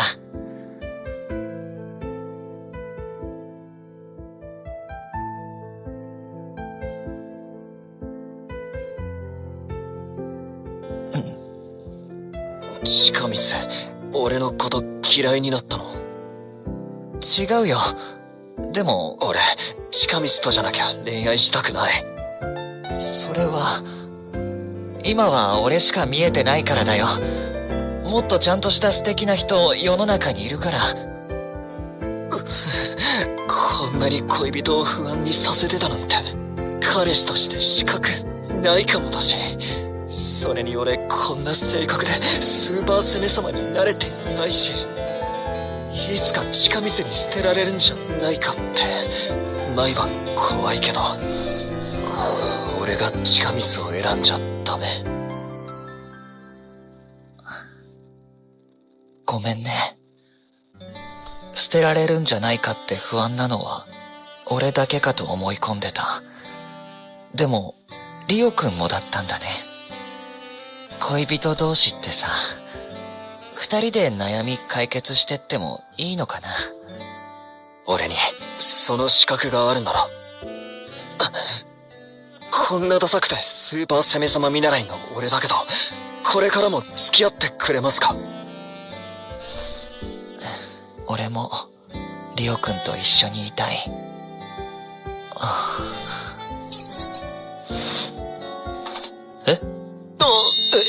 ごめん、リオくんの股間部分どうなってるのかと。これは何？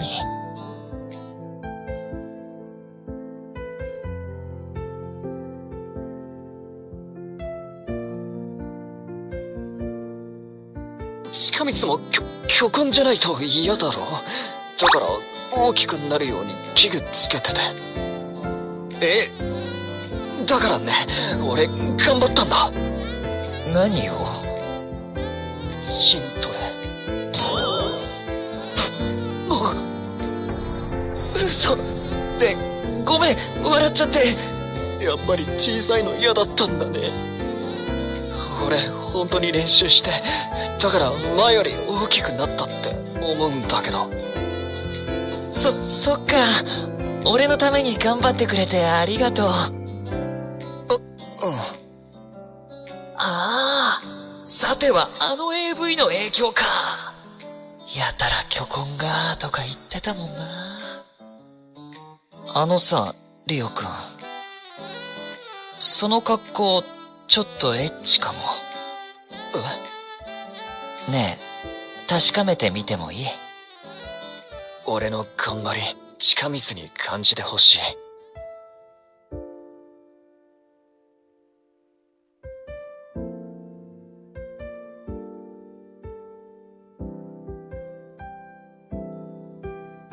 ユウナギ様、お疲れ様です。やり遂げましたね。坊ちゃまの表情からもわかりますよ。それはもう自信に満ち溢れて。これでもう恋愛の先生は必要ないですね。つまり、この契約も終わりでございます。坊ちゃまには次のステップへ行っていただきますので。Doesn't want to show it. If you're depressed and a person, like it's no coincidence that if you're depressed, like feeling numb is a very classical thing. And not only the feeling of numbness, but also not being able to properly give emotional support and being a shitty friend. Because if any person comes to you in that moment and talks to you about like negative situations and like how they feel like really bad about themselves and how the world is pissing them off and like really like topics where you yourself have similar feelings, it's gonna bring up those feelings. And especially if you're depressed, there's a high chance that you suppress those feelings and try to keep these feelings suppressed at all times. You don't want to feel them. And a lot of the time it has to do with the fear of feeling like they're gonna overwhelm you and you can't deal with them. But it's specifically this is making you shitty friends at that moment, because what they want is they want to feel seen. They want to see that you feel what they feel. And if you can't feel what they feel because you need to suppress those emotions, because you don't have the space for them and you might feel overwhelmed by them, or that you do feel what they feel, but you are actually overwhelmed from them, and you don't have space for them anymore, then you can't give emotional support in that moment. And sometimes this can still end up well if you communicate how you feel overwhelmed, if you communicate that you have exactly this fear. Like you can actually use those feelings to tell them how much you understand them, because this hits home to you. But you need to be able to feel those emotions in that moment. Because we naturally don't believe people who don't feel the things we feel.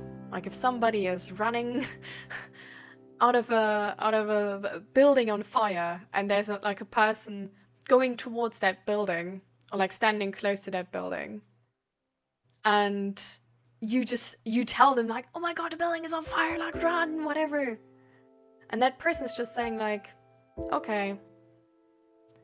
You don't think they get it, because you don't see that they reciprocate your emotions.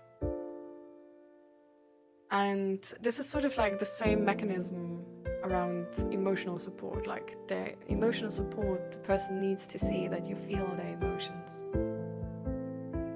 And you don't need to be overwhelmed by them, but you need to be able to feel them.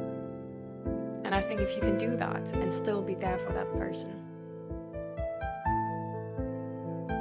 while like just feeling these emotions, just being like, but I'm here for you, and we are gonna be able to do this, and it's gonna be fine. And when you, for example, can give like a little bit of guidance even, but in like a soft form where you're like, I've been there too. Like last year I was really, really depressed and I thought the world is about to end, but it didn't. I feel your pain, but it's gonna be fine. It can get better. And I'm gonna help you because I see you. Then this is really good emotional support. But there needs to be some type of empathetic resonance.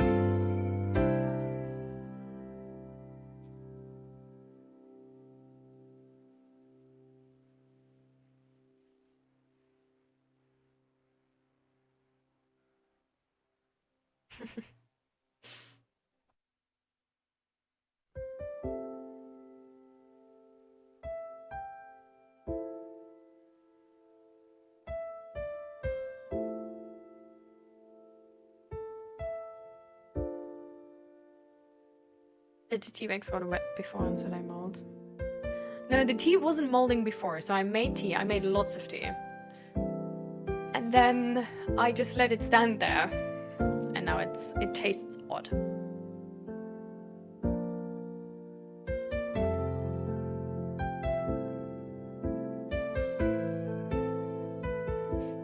Because, like, in my opinion, that person who's asking this basically wanting to hear something specific and is not really interested in my honest opinion.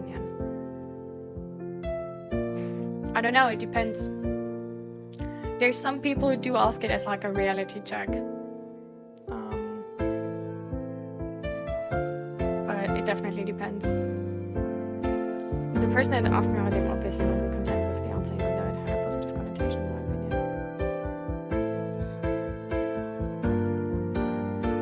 opinion. Maybe. Like, they definitely, like, yeah, they weren't content, but I'm not sure that they didn't like what was said, but maybe it just wasn't like enough, sort of like maybe there was something missing they liked to hear. Maybe it was more like also sort of like trying to test the ground if none of them actually likes them and stuff like this, you know? And they were disappointed, and it was more like a professional answer. Like, there's many different reasons why, and that's why we need to just ask. We need to just be open about it and speak up. Just need to, like, tell the other person, like, oh, you seem disappointed. Like, it's like, do you want to hear something else? You know, we can show that insecurity, and it's gonna make the communication better.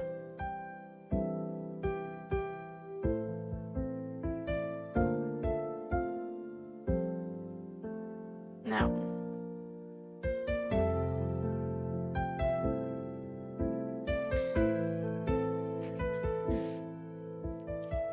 bye, Panda. I think you're probably already gone.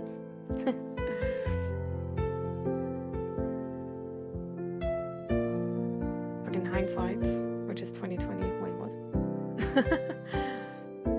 I don't know if she wanted some kind of confirmation. Her appearance from me, which were really baffled me, but I have people who told me that she behaves differently from me. You can just ask.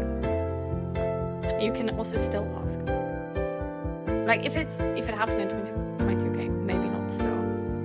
But like, if it's like a week ago or something, and it's still on your mind, like, you can, like, technically, even if it's 5 years later, if it's still on your mind, you can still ask. It's like, it's no big deal to ask for clarification.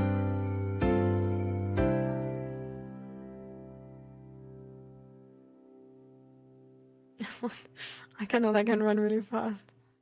What do you mean?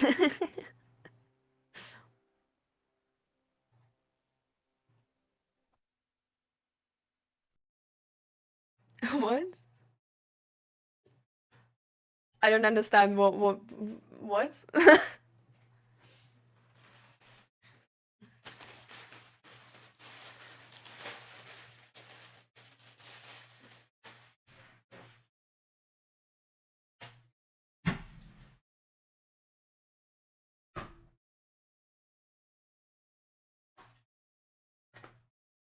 No.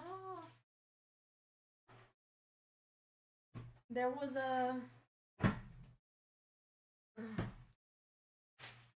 scissors here, and now they're gone.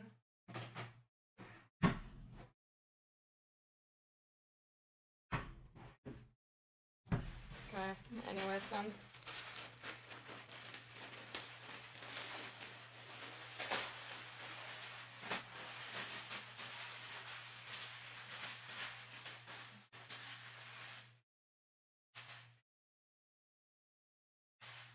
Haha. Look at this purple. I'm not good at talking to people, especially if other people set a bug in my mind that they are interested in me or like me. Just doesn't work thingy, so I'm always extra careful for I land on some kind of list. I can understand, but you can still, like, you can just articulate what you saw, right? Like, you can say, like, oh, like, you seem disappointed in my answer. Is, you know, like, did you expect something else? Or, like, what did you want to hear, you know? You don't need to like answer already with thinking like, oh, they love me. Because that would, I mean, there's also very different explanations for this, right? Well, crochet wool, like yarn, can be anything. But I want to make plushies. I want to make big plushies. So I got really thick yarn. Oh my god!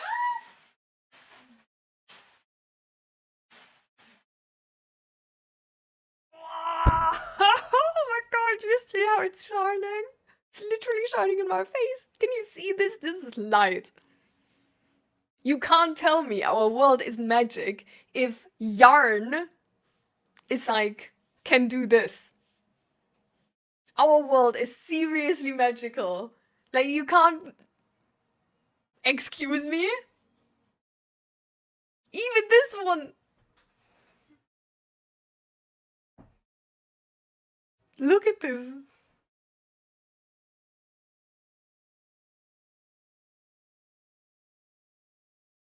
See how blue it is?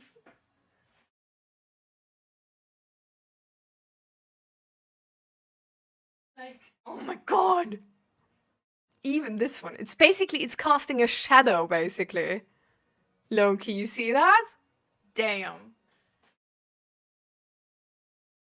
This is so cool. I'm a little bit underwhelmed by the orange, though.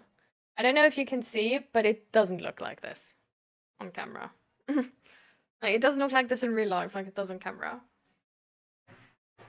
But the idea is, I have red, I have orange, I have yellow, I have green, I have blue, and then I have purple. See? And then I can make pride plushies. And not only this, but... Ooh, no! But not only this, but... I have by pride. And not only this, but... Hehe.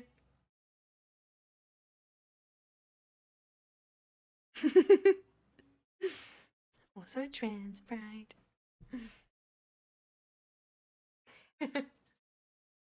So this is, yeah. Oh, I can't wait, so many. And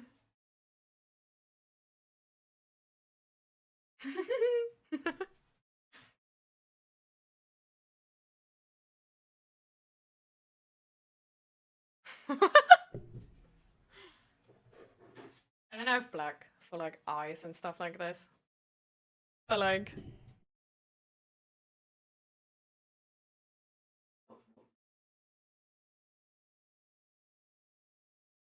Look at these. I am gonna make rainbow plushies.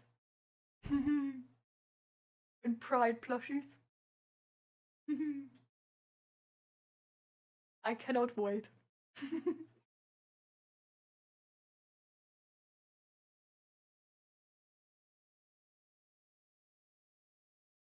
Haha.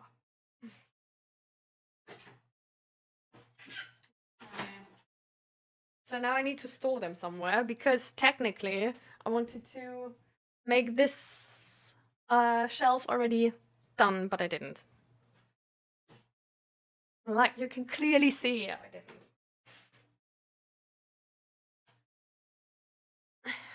Now I need to have them in my cupboard drawer. I mean, this is not gonna fit. No, it doesn't fit, guys. It doesn't fit.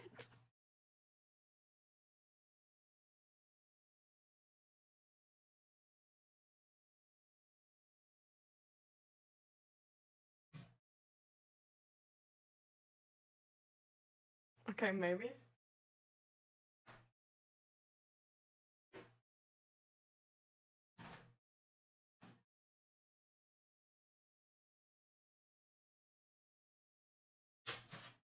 So technically this doesn't fit, but I made it fit.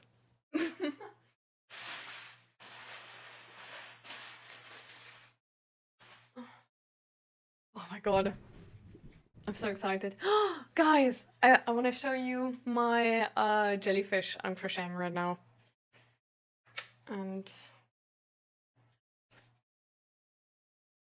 then we're gonna come back to mental health.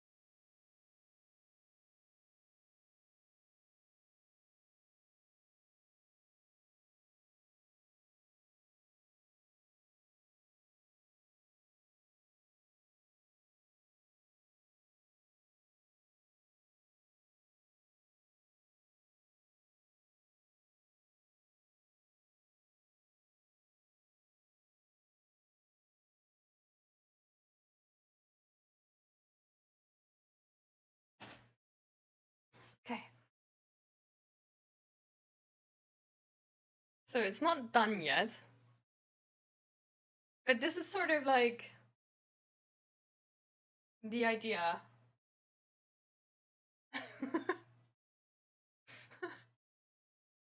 Isn't this cool? Oh no, I lost something.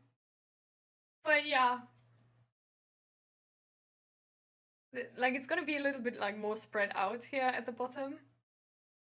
But yeah, this is my jellyfish. It's gonna get like, this is gonna get like even bigger. But yeah, that's sort of like the idea.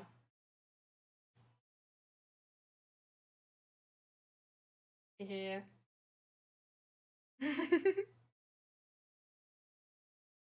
I really love this. I think this is so cool. But this takes so long, by the way. These ruffles, oh my god. You have no idea. Like the circumference here where I started is around like nearly like 50 stitches. And I had to make 3 stitches in every stitch, so that's like 150 stitches.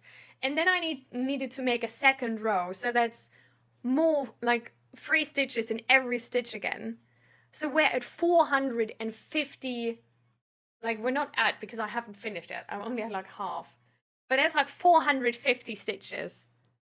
And I might even make it like one bigger, which would then be 1,350 stitches. But I'm not sure if I'm gonna do that. But yeah. This is so cool, right?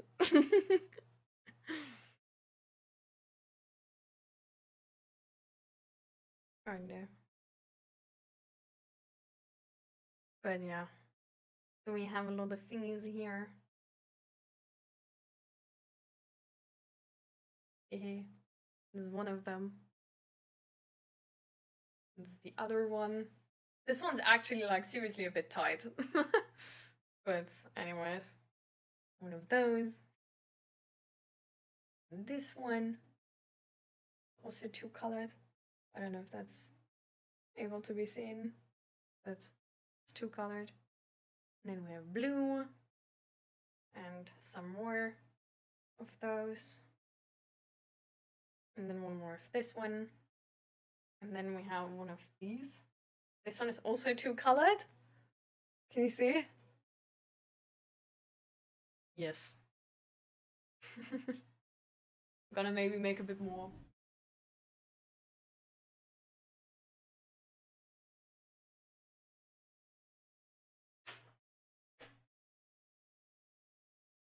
I think I'm gonna put them in the drawer.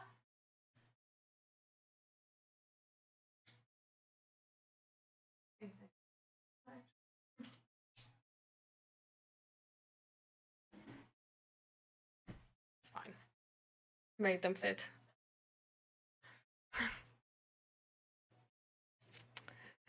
I mean, I could, but there's also social anxiety, and I'm probably not going to see her again unless the stars align in an extraterrestrial event, which only comes around every 1K years.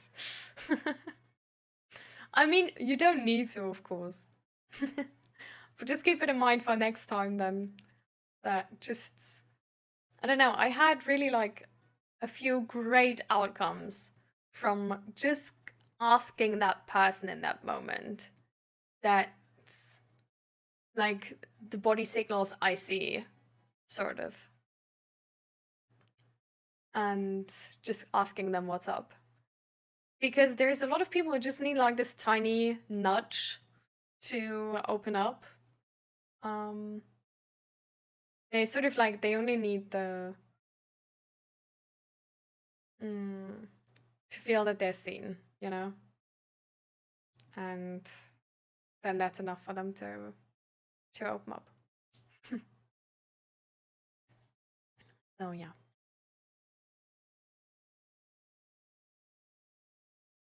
But there's lots of different wool. You just saw some of the wool I have. Like this one, for example, is like way thinner. But even this one is already like thick wool. Like there's some which is like way thinner. Just like a normal, really normal yarn, essentially. Guys, do you want to talk about something specific?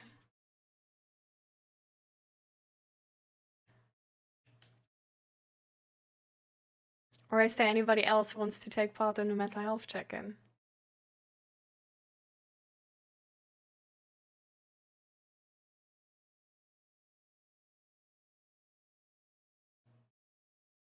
Or is there maybe just still need to talk?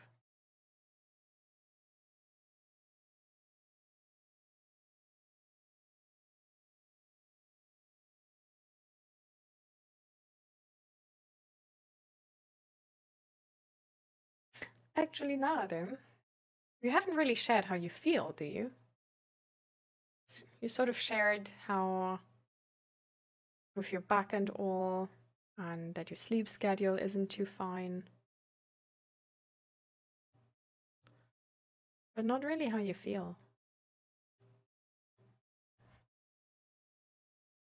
Ooh, Needs a lot of adjustments though, okay. But interesting. Actually, we were about to watch the 4th season of Critical Role yesterday. But then we saw it's like only for members of their like YouTube channel. So we then continued the 2nd season instead. Yeah.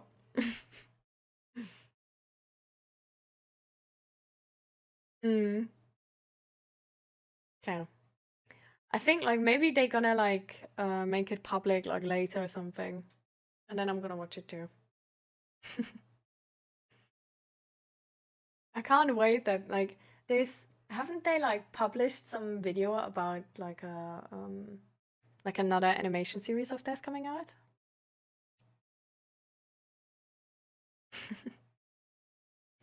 Oh, that must be amazing though.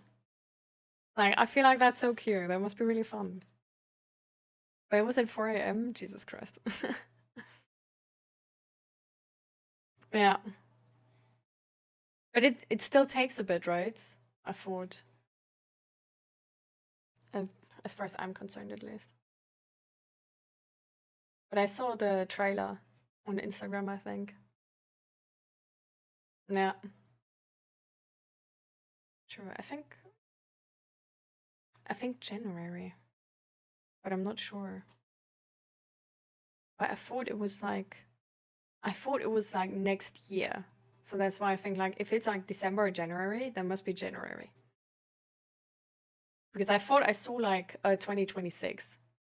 And then I was like, oh damn, okay, it's gonna take a while. Also, I think I've seen that trailer like, I don't know, already like a month ago or something.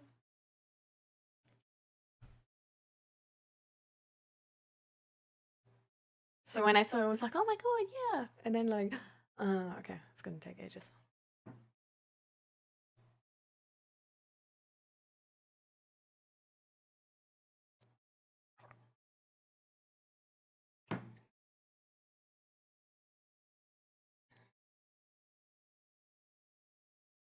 But yeah.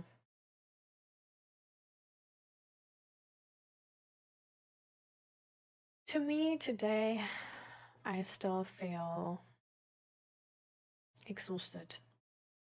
I feel like I don't know, not really mellow or anything.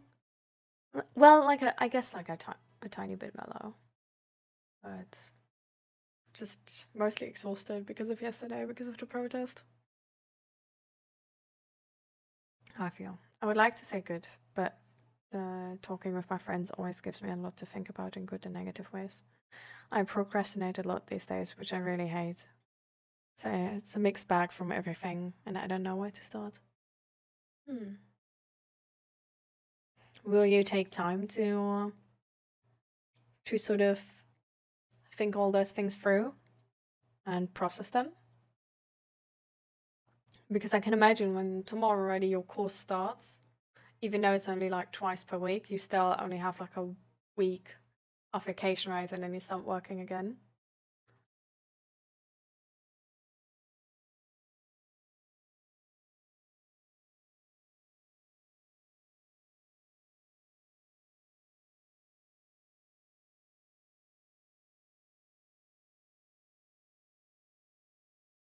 Like, I feel like maybe the last week of vacation could be like a good week to sort of try to put a system in place which helps you achieve your goals. Like, for example, procrastinating less. Or whatever your friends talked about with you.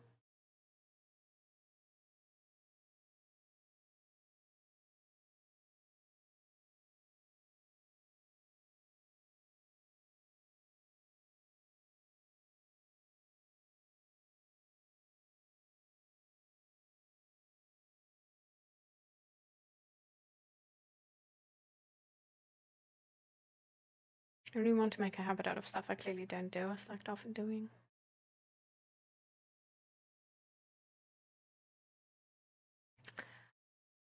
Have you thought about those goals in detail?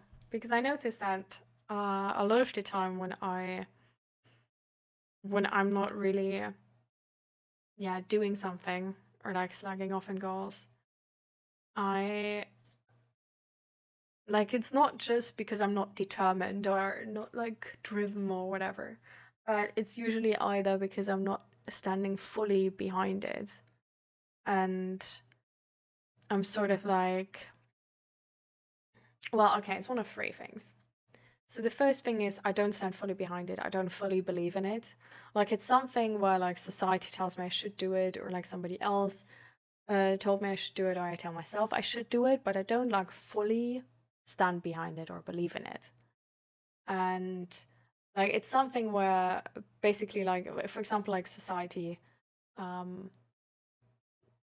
told me, like, or I don't know, like, for example, going to the gym. Like, back then it was like a lot of the time it was sort of like, oh yeah, well, I should go to the gym. But it wasn't like I personally have like a goal which I want to achieve. And like, I just wasn't fully behind it. I was like, well, there's like other things I like to do more than this. And like, yeah, I guess I should be like healthy, but like, I don't know. And I feel like it helped me to sort of like redefine, because then back then it was also like a lot combined with the looking like you go to the gym instead of the going to the gym because it's healthy. And now I sort of, because I properly thought about those goals, I could adjust them to goals which I actually want to achieve.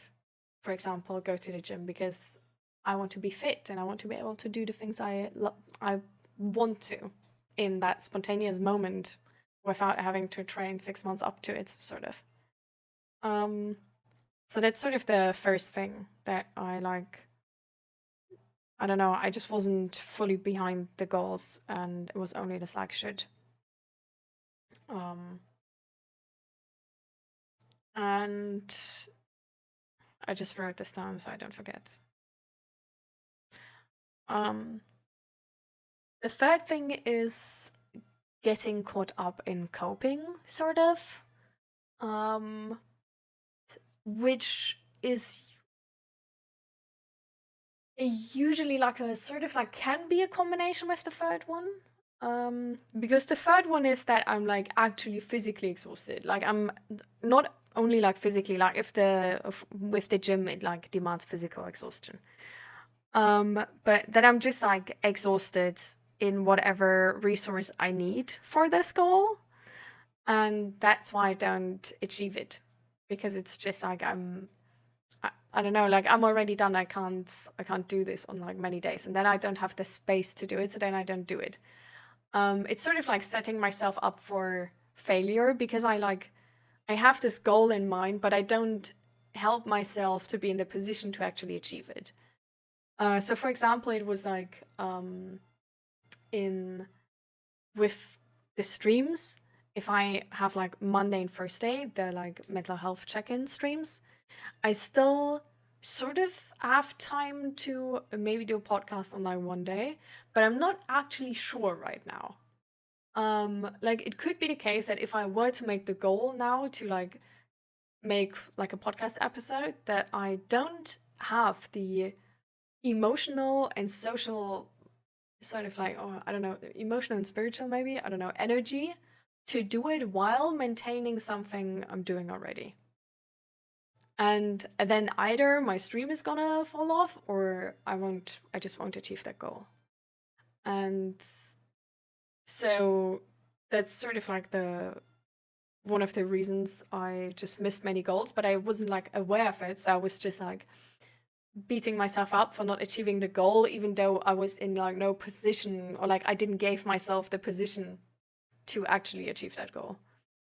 And the second thing is sort of like getting caught up in coping, which can be connected to being like exhausted, but it doesn't necessarily mean to be exhausted in that specific resource you need to achieve that goal. But I think it's usually sort of like being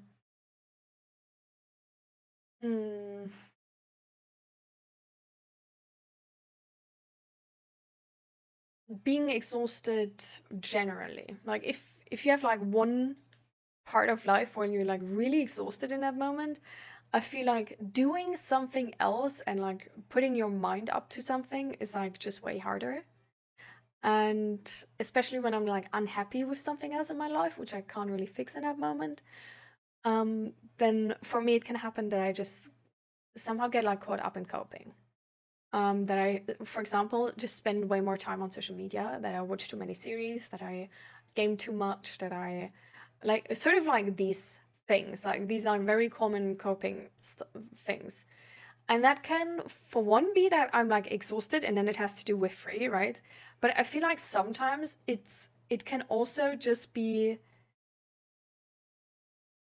a sort of like habit, like that I slowly sort of slipped into being on social media way too long.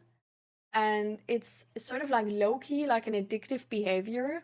So it's like a negative coping thing I do, where the coping thing itself is draining my energy to then do the thing I want to do. So for example, social media always seems like, oh, fun, so many nice videos, blah, blah, blah. But I feel personally, if I spend like a lot of time on social media, I don't have much motivation anymore or like determination to do anything else. I also feel low-key exhausted because it's just like so many things. So it's sort of like being overstimulated. And the main thing about like social media and gaming and watching series or like just consuming any type of content is that you feel good while doing it, and you only feel bad if you sort of like don't do it and then conflict with not spending the time on something else.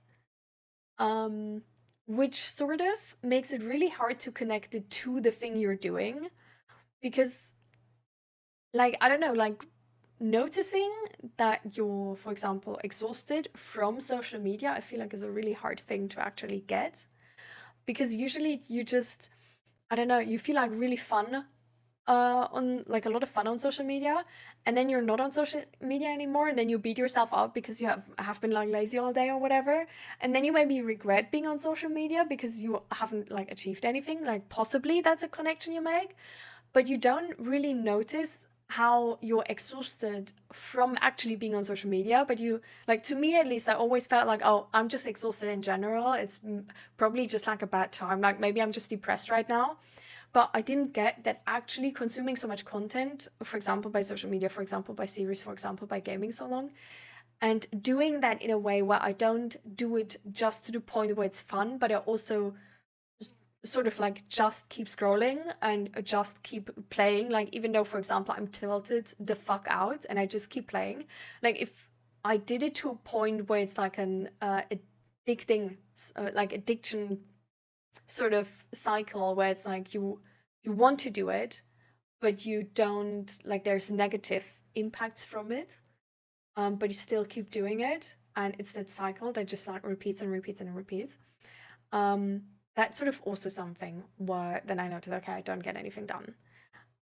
But it's essentially like draining myself through like some kind of addiction, which is like harder to spot because it's anything like related to content where you like get dopamine while doing it, and it's not as like socially negatively connotated.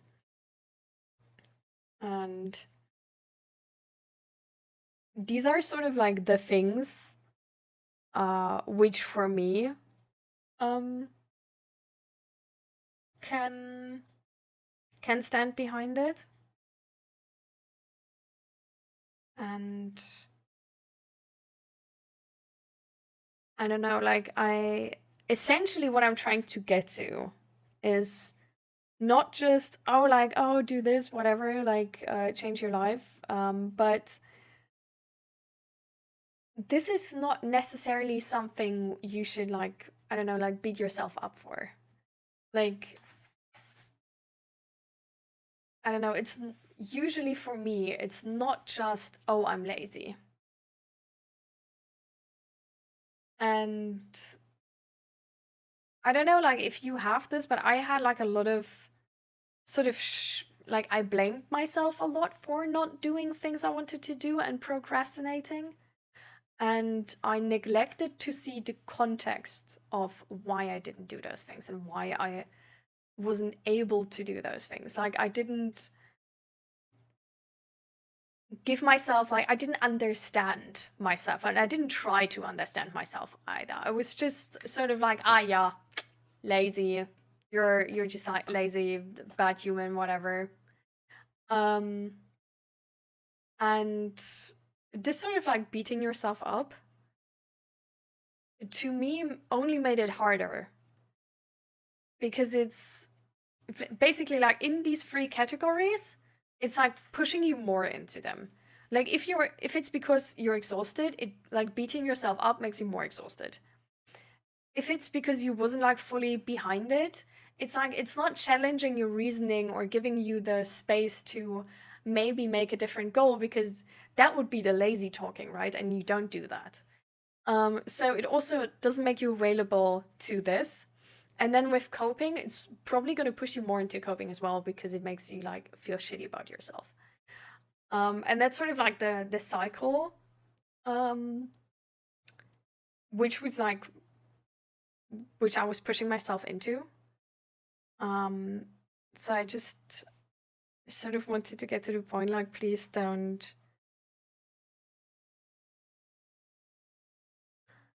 I don't know.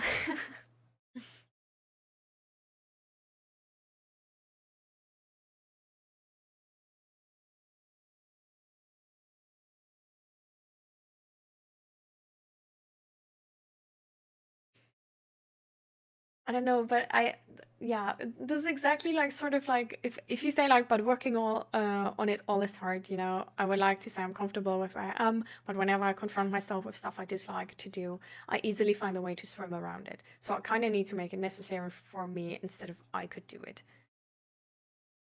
Making it necessary is also applying more pressure. Like more pressure is more exhaustion. More pressure is less grace to redefine, like less space to redefine goals. More pressure also pushes into coping and addictions. I don't think beating yourself up is a good way to solve it. And I think it's maybe disconnecting from yourself. Because there's a reason why you don't do them.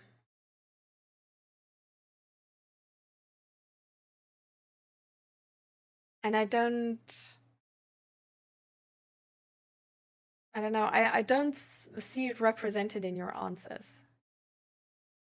What I see represented in your answers is a lot of judgment about yourself. And blame. But like, you know, maybe you are in a position where you didn't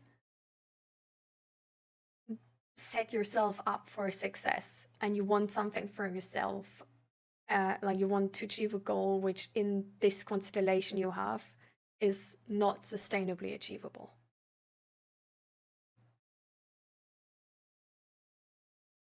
Or maybe you don't even really like that goal, but it's just something where you feel like you have to do it.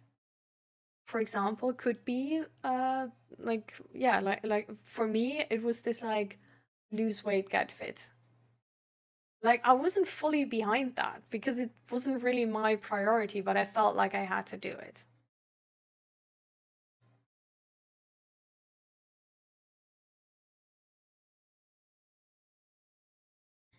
And also with the coping, it's like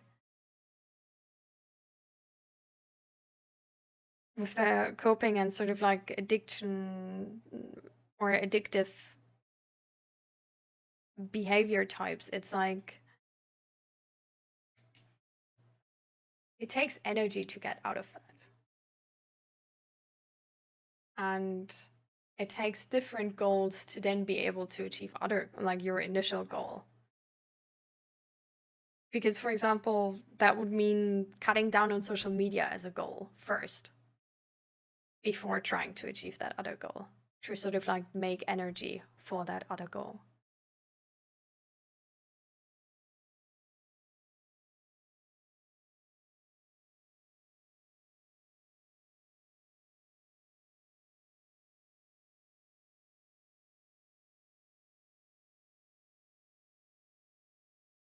Yeah, I get what you mean. I probably have to evaluate why I want to do things in the first place, or why I want to do them, if it is for me or for other people, for example. Yeah. I think really finding out what you want to do is hard. But it really helps with this, I think. And especially because like in the process of trying to like find out what goals you actually want to achieve, if you incorporate a plan sort of how you will achieve them, and sometimes it can help to see this from like a third person perspective. And for example, be like, okay, like what, like if Leah would be here and she would like, I would tell her, okay, I want to achieve this, this, and this, and sort of like, what would she say is the plan for it? Like, because you need the energy for it. Or like whatever friend of yours, like maybe your friend would tell you like, but you didn't change anything else. Like how, like where are you gonna get the energy for this? You know, like sometimes taking it from that third person, really practical approach and being like, okay, this is human. Human works like this. Human has this much energy. I want human to achieve these goals. What do I need to do that human achieves these goals? Okay, human needs to, I don't know, like change this goal for that other goal. Human needs to, I don't know, take a cut from that energy expenditure to have energy for this. And like stuff like this, you know? To sort of think about like, actually like, how are you gonna do this without making it hard? you know? Because you just, like, just praying to have more energy and just being like, well, I haven't been able to do it the last 6 months or something, but now I'm just gonna man up and do it. Like, this is toxic. And we do this way too often. We just sort of like beat ourselves up and are like, yeah, but now I'm just gonna have the determination. Just like all of a sudden it changed. You didn't do anything. You didn't change anything. You're literally sort of like making fun of yourself. You're looking down on yourself the last 6 months in that moment.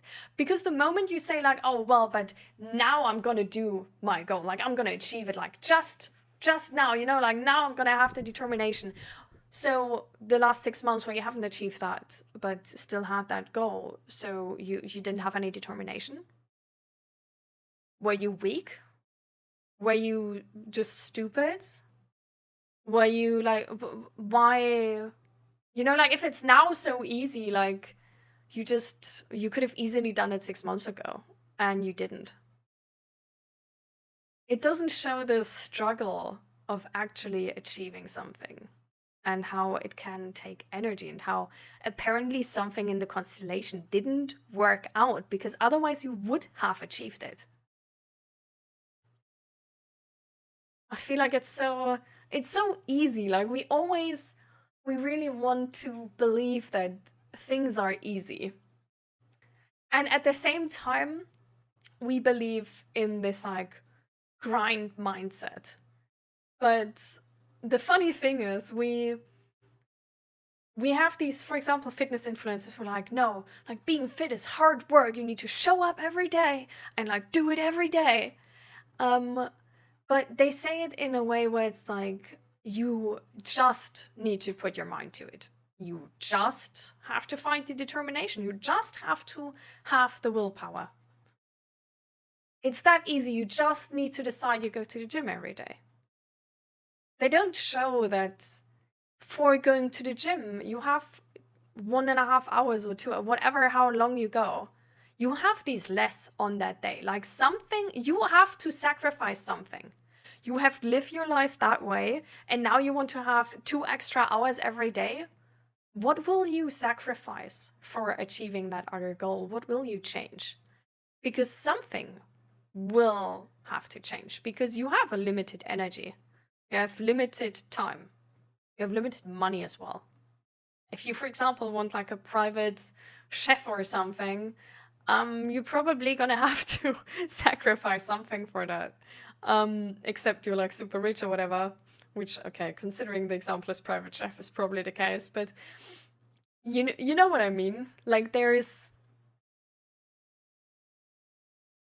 you haven't done a bad job just because you didn't get the results so far. You haven't been lazy. You haven't been just inconsistent and didn't put your mind to it. You haven't been weak. You haven't been, you know, like all these things, like a loser or whatever, like all these things you say to people who don't achieve their goals and get stuck.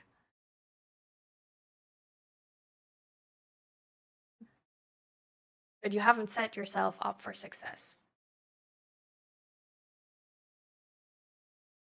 Lifting rocks is for losers. What is lifting rocks?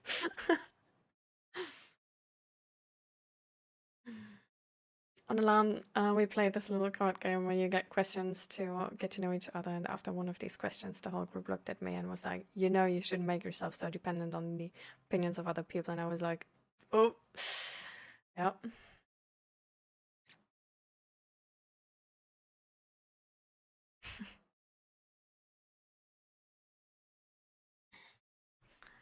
But that's good information to get, even though it hurts. But it's definitely like, to achieve something, it's like, you need to you can't neglect what it takes to achieve what you want to achieve. For example, with therapy, it's the same.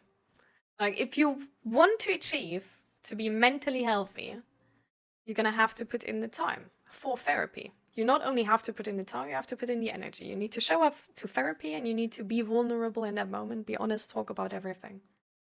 And you're gonna feel like shit after therapy, and then next week you need to come again. And it's something where other things lack in that moment. It's something where you need to change things to change your life. And it's not, I don't know, we can't neglect the effort something takes and just be like, oh, I'm just gonna do this. I'm just gonna run a marathon just like that. No, you need to like actually change your life. You need, all of a sudden now you need to like train running and stuff like this and use time to train running. So maybe it's like 1 day per week, it's less to, I don't know, meet with friends or game or something. And it's like, it's really annoying, but there's only a limited time in your day and you need to choose and pick what you actually want to do with it, because you can't do it all. And if you don't do that, you can't really judge yourself that things fall off the plate, because there's only this limited time. So you need to prioritize. And if you don't actively prioritize, you're still gonna end up doing some things and not end up doing other things. But it's sort of gonna be like low-key random. So, yeah. How are you, Destroyer? Do you want to take part in a mental health check-in?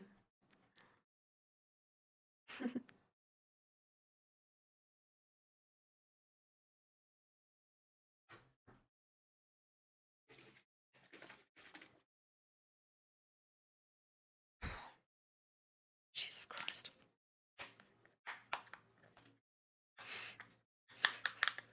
This was way harder to open than I imagined. But yeah. We always have on Monday and Thursday at 12, or we sort of started with this schedule. We're seeing how it turns out. But we always have mental health check-ins here, and you're welcome to use them to tell us about how you feel. If it's good, then good. And if it's not good, you can also talk to us, and we're here for you and we listen. Just like when I knew I wanted to do the hike in Norway, I started training for it. And during this time, I really didn't participate in a lot of stuff I did otherwise, but I knew what I didn't have the time for everything, so I prioritized my training for that above the other things. Exactly. So you see that you, like, if you decide on something, and if you stand behind it, and if you acknowledge how much it takes to actually do it, and set yourself up for success by making time to train and stuff like this, you do the things and you don't procrastinate.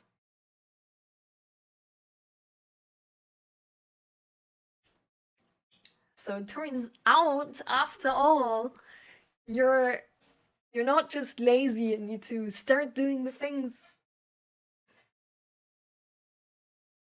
But you probably have bad goals.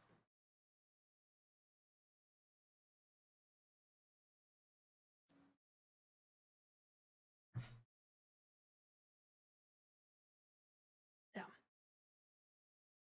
Every time I open these like ginger shots, it's like they smell good. Like this ginger strawberry, like this one especially, this smells so good. And then you taste it, and in the beginning it's like, oh, so fresh and nice. And then 1 second later it's like, oh, ginger so much, oh my god. It's always the same. I don't know. It never turned like normal or anything. I don't like the aftertaste of these shots. You mean the burning sensation in your entire mouth and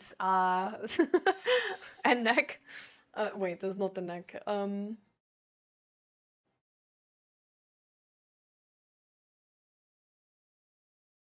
Throat. Exactly. I was like considering for a second, like, what? As if I don't know this.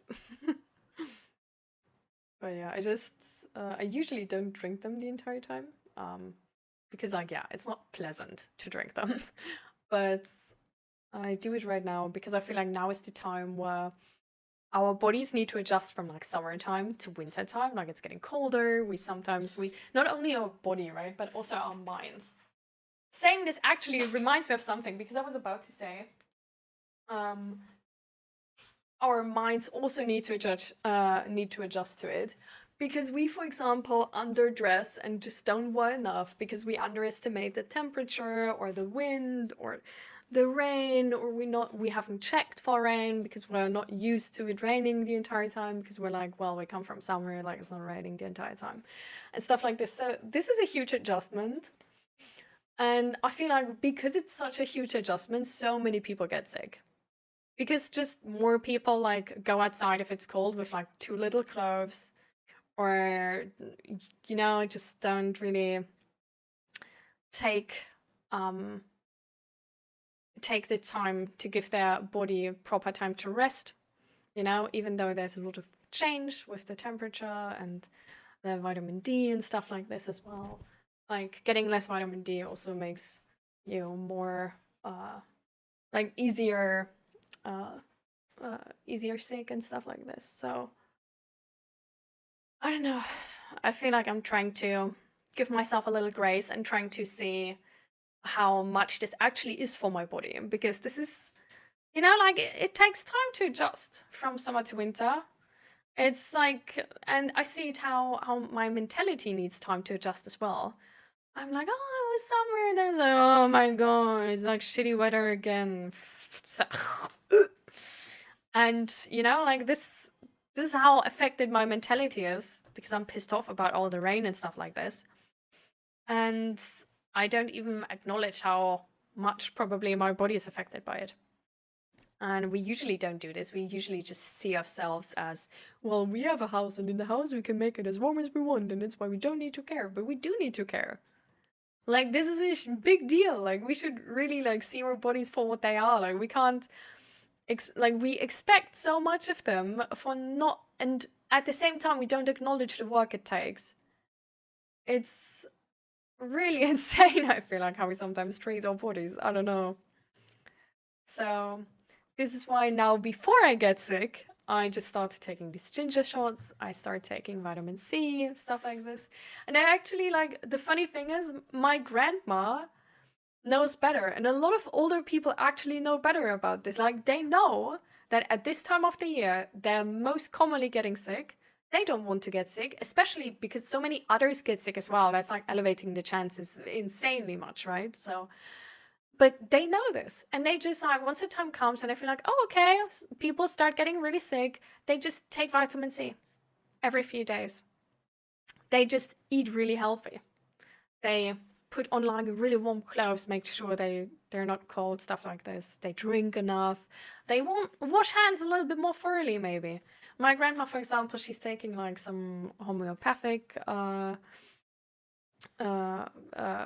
thing, whatever, and it doesn't really matter if you're a fan of homeopathy, or is that the word in English? I can't imagine, or not. The point is, people do something to actually prevent getting sick because they have gotten to the pattern of this. But I feel like, especially if you're young, nobody talks to you about this actively and explains to you from summer to winter, that change, really exhausting for the body, really exhausting for your psyche, and so many others get sick. Don't wait till you're sick. Buy some ginger shots, take some vitamin C, cuddle up warm, do the things you need, which are good for your body, maybe take some extra change clothes outside, so you actually have the right clothes for the weather and stuff like this, to not get sick. This is what you do to not get sick. You don't just hope and then you're like, oh fuck man, I'm sick again, but you act preventative. Now more the whole ginger on my tongue after the good other taste vanishes. Same with chamomile. Chamomile.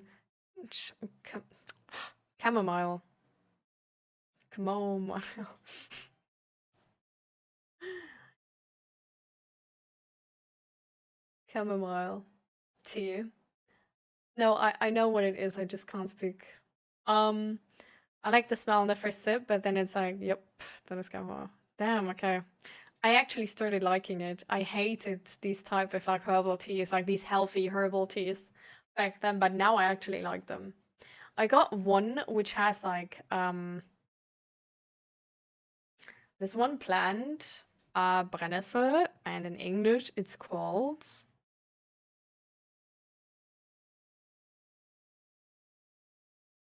stinging nettle. And I have like a combination of like stinging nettle with something birch, I think birch flowers or something, I don't know. And I think maybe chamomile. And it's actually really good. I don't know. I started drinking chamomile tea at therapy the entire time. At the beginning, I was drinking like a herbal tea, with like mint and sweet root. Is it called sweet root? I don't know. And then I went over to no, before that I was at like lemon green tea, and yeah, now I'm at chamomile. Mint and fennel. Fennel? Absolutely no. That one's still disgusting. Oh my god. Nah. That's not fine. Like mint? Yeah, mint really nice. Like peppermint, like sweet root, also really nice, I think. Fennel, no. No. 9.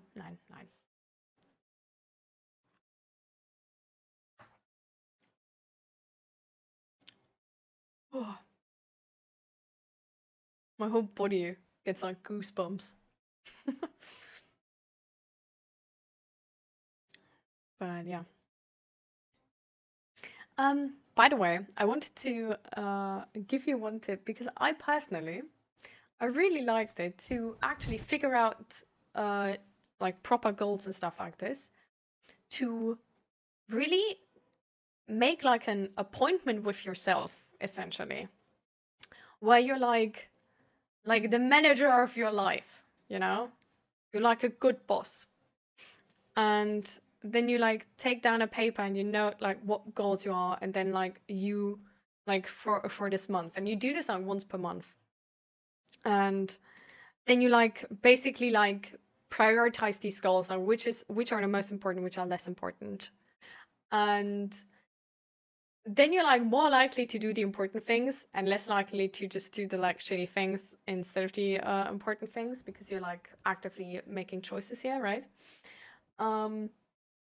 And then you can make like specific goals, because like those goals are then in front of you on paper, right? And I personally, if I have something in front of me on paper, I take it more seriously. Like it's way easier for me to look at the goal and be like, but what is my plan? And if I then only come up with like, oh yeah, I'm just gonna do it, I'm like less able to kid myself with this idea, because I'm more like in like this logical mind where I'm like, okay, so this is, that's a goal. Okay, actually, I'm gonna do them these and these days. What have I been doing in the past like weeks on these days? Like, do I think I'm gonna have the energy for this? Okay, I'm not sure. How could I make sure that I do have the energies on these days? Okay, I'm gonna make this and that. Like, it makes it easier to be like in that logical space where you don't give yourself bullshit or random things. Yeah. And yeah, just doing it actively with like an appointment where you actually actively think about this is already half of the entire effort. And I noticed that like the more you do this, the easier it actually gets. And at some point you're just like, at the beginning of the month, you're like, okay, actually, like for the next month, I'm gonna have like these two goals come like directly to mind, which I want to do. And then like, okay, and for the third goal, I'm gonna wait, see what the month brings, sort of. Like, it gets like easier to notice which goals are good or bad goals, which goals you actually want to do, to formulate goals which make sense and you stand behind and stuff like this. Good number, by the way, for goals per month is 3 big goals. Because don't like plan your entire time for one certain goal, please. Like plan that you will be exhausted from doing it one session and then need recovery time, and that you still want to meet friends, that you still want to be able to maybe have like do something spontaneous and stuff like this. Like having 3 goals per month is already, that's already good. And having too many is just gonna make it like stressful and unrealistic. And you can always add like more goals, like especially if you make that list with like goals you have generally, because you're probably gonna have like lots of goals right now because you like apparently have procrastinated them or with them. So it's like really easy to add more goals then and just be like, okay, like this month, these 3 goals, and then when you achieve them, actually, like sometimes just taking a break if you achieve them already is also good, and just being like, hey, actually, like I deserve this. Like I can just chill now and play games. But if you don't want to, of course, you can still do other goals.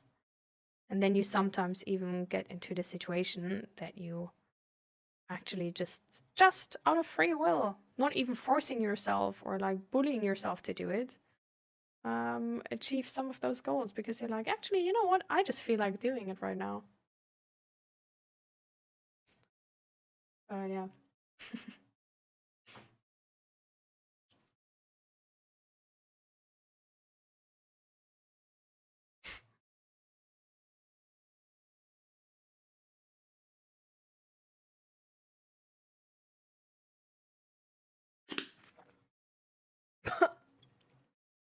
Okay. This is enough. It's enough.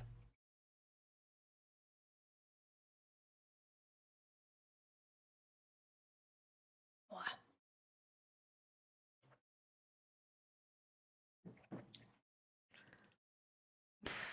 They really pack a punch, genuinely. Oh my god. But yeah. Oh.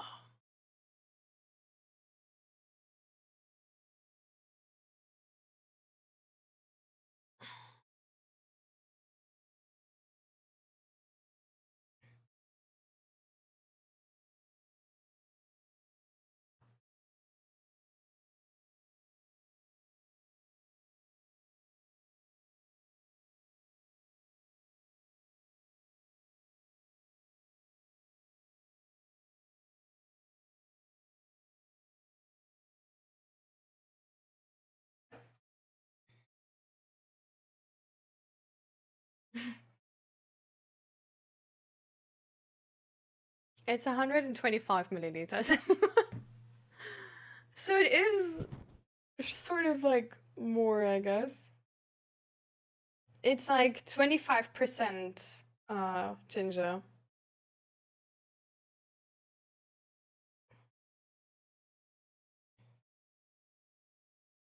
So sort of only like, I don't know, like 31, 32 milliliters of pure ginger.